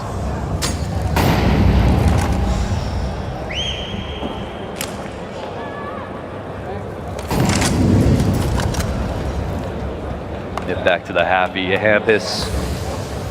Perfect guy to put the hero AK on. He's a trickster. And he's looking to just pry over top of this, look for some contact, look for a mistake, it's anything, hard, but Twist isn't going to move. It's hard to walk up with a slope on mid. They've got an opportunity to catch a rotation back. They aren't throwing a molly his way, but he finds the duel just as it goes. Twist is going to be kicking himself. How many guns do they think are available now? Rain here peeking. He's alone, but he got full vision of Banana, and now the rotation comes back. It's as if nothing happened on A. But still fighting versus man, disadvantage. Robs takes Twist's place, 2 CTs leaning over on that arch side. Somebody better keep eyes on apartments, because Hampus could use that 1 AK to jackknife open this round. Brokey cannot afford to miss. Robs is going to be under pressure. Crossfire set, and it's good. Robs locks this in. A single kill means nothing in the grand scheme of things. Round 20 belonging to FaZe. Encetai can run, but he can't hide. Kerrigan locks this in, and now we have FaZe on fire. Yeah, well, that's 5 straight just in the second half. They closed out that first half with a streak as well. They just have not lost for so damn long. Nip with another substantive buy, and I think one thing that at least we can say for them is they haven't had many attempts with all the guns and all the utility. They've tried to get creative, bring the ingenuity, but usually with half of the tools that normally you'd have to work with. Now they're at full strength, now there's no excuse. FaZe have shown what kind of CS they're going to bring in the fourth quarter. When it most certainly matters most. ropz, the red carpet rolled out for him before he ever arrived. 24 frags. We saw a tactic there, a play that worked. A thin silver lining. And again, it's ideas that win matches. There's no shortage of them here on T side, and right now they'll play it extremely slow. And it looks like FaZe are playing directly into that as well. They'll counter smokes in mid. They're playing inside of brackets with high activity, even waiting for any kind of arch wrap. Halls is wide open. There's two CTs back on the site. Nip know this, but what do they think the setup is? Oh, they just dismantled it. Twist is going to be left on an island here, but he decides to run in. Okay. He takes 2 players down. xantares answered by ropz, and Brolin deep mid with 40 health left. But is that spotted? Yes, it is! Broky plucking Hampus from the sky as they leave Brolin 1v3 with bomb on his back. He runs in, and Broky's just hiding. Broky's hiding and waiting for his chance to strike a second time. They're getting punished right now. Getting owned. They're skipping their under balk incendiaries. They want this duel, but they're actually not good enough to take it. They need to take space as opposed to these opening fights, and maybe give themselves the chance to go into the execute, but clearly FaZe are really well prepared for the T side that is oncoming. The way that Rain was disrespecting all of their action over on the B site, standing atop the barrels when they come back to A. We've had multiple cameos between ropz, Twist, and Broky, all taking turns playing under porch, which has been a pristine spot, has granted them a number of opening kills. Now for FaZe, it's just about staying in the lead. Underrated, but fantastic tracking from Broky. Could have been shoved out of that position with pit control given over to Nip. Looking to give away a 14th here. Oh man, and it's another half buy. Not ideal. It's 2022 and we have to ask, does Nip Magic still have that extra essence? This is a round they so desperately need. FaZe would be foolish to write them off. Good amount of utility, but we've seen it multiple times already. Getting past brackets, even just looking for footing inside of the A site comes at such a cost, a human cost of all of the ninjas.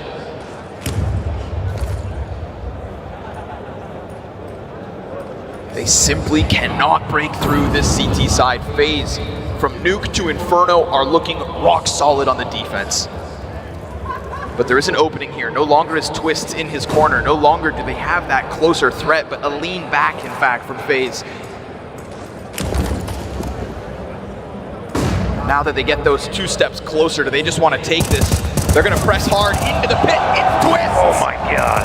With a quick flick of his wand, they're all gone. Mix them up. Easy pickups on this half by Broky with a lending hand. FaZe 2 rounds away from semifinals. Oh, what? We don't throw one-ways now? We don't care? We just swing on pit? Oh, he's just ego peeking him. Going back in for more. We saw ropz go all the way down to mid. That's something that Kerrigan has given the keys over to his teammates to do. Take that space, trust yourself. You're hired guns because of your individual level. And right now Nip are trying to scale the mountains, but the ice picks are losing grip. This could be their last full buy. xantares on and off. He's gotta be that X factor. Brolin has been torched down to 3 HP. Rain opens up on Hampus. Top fragger down.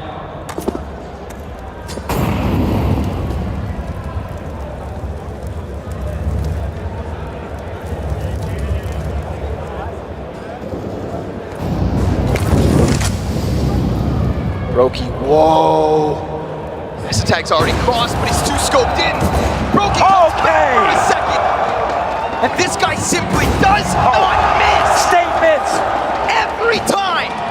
Brokey rocks their world, and Brolin's been sitting on 3 HP since the start of this. Wow. World-class opping every time. Yeah, he has been the bottom line for FaZe in a number of situations. And we're going back to the 2v5 off the first half. Feels like years ago. Brolin, who got hit by the molly early on, still recovering from his wounds. Not going to get that HP back. 3 health, and FaZe have just so much money that they could even hunt him down all the way in the back of T-Apps. They have the whole map to play with.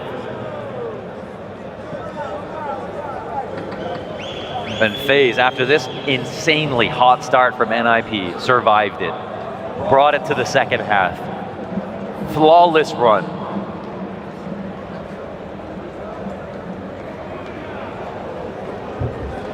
Still have yet to lose.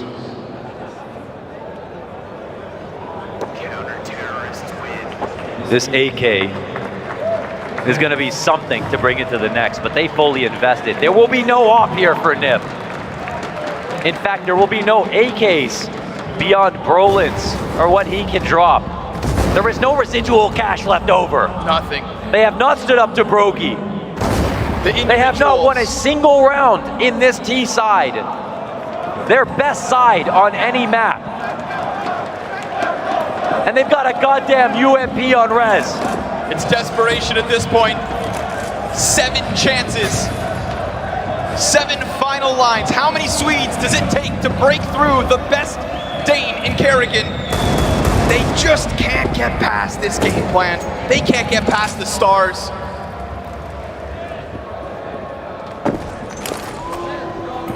We sat and we waited and we questioned the certainty of Rops. And not for the first time in Antwerp, not the first time at this major, had he started cool. But now he's coming up clutch.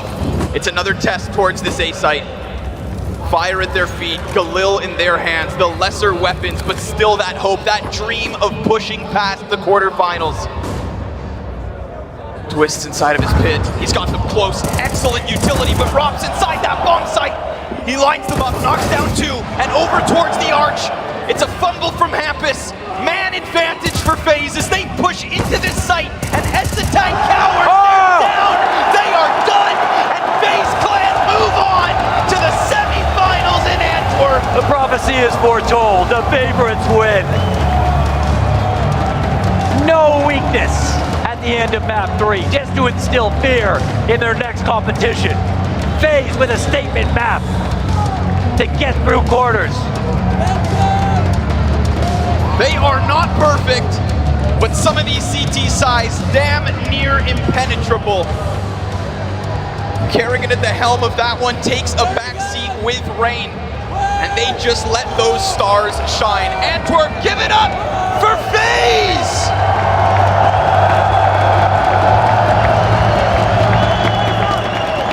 We hang our hats for NIP. Their major run comes to an end, maybe the best version that we've seen from them, but it's still not enough.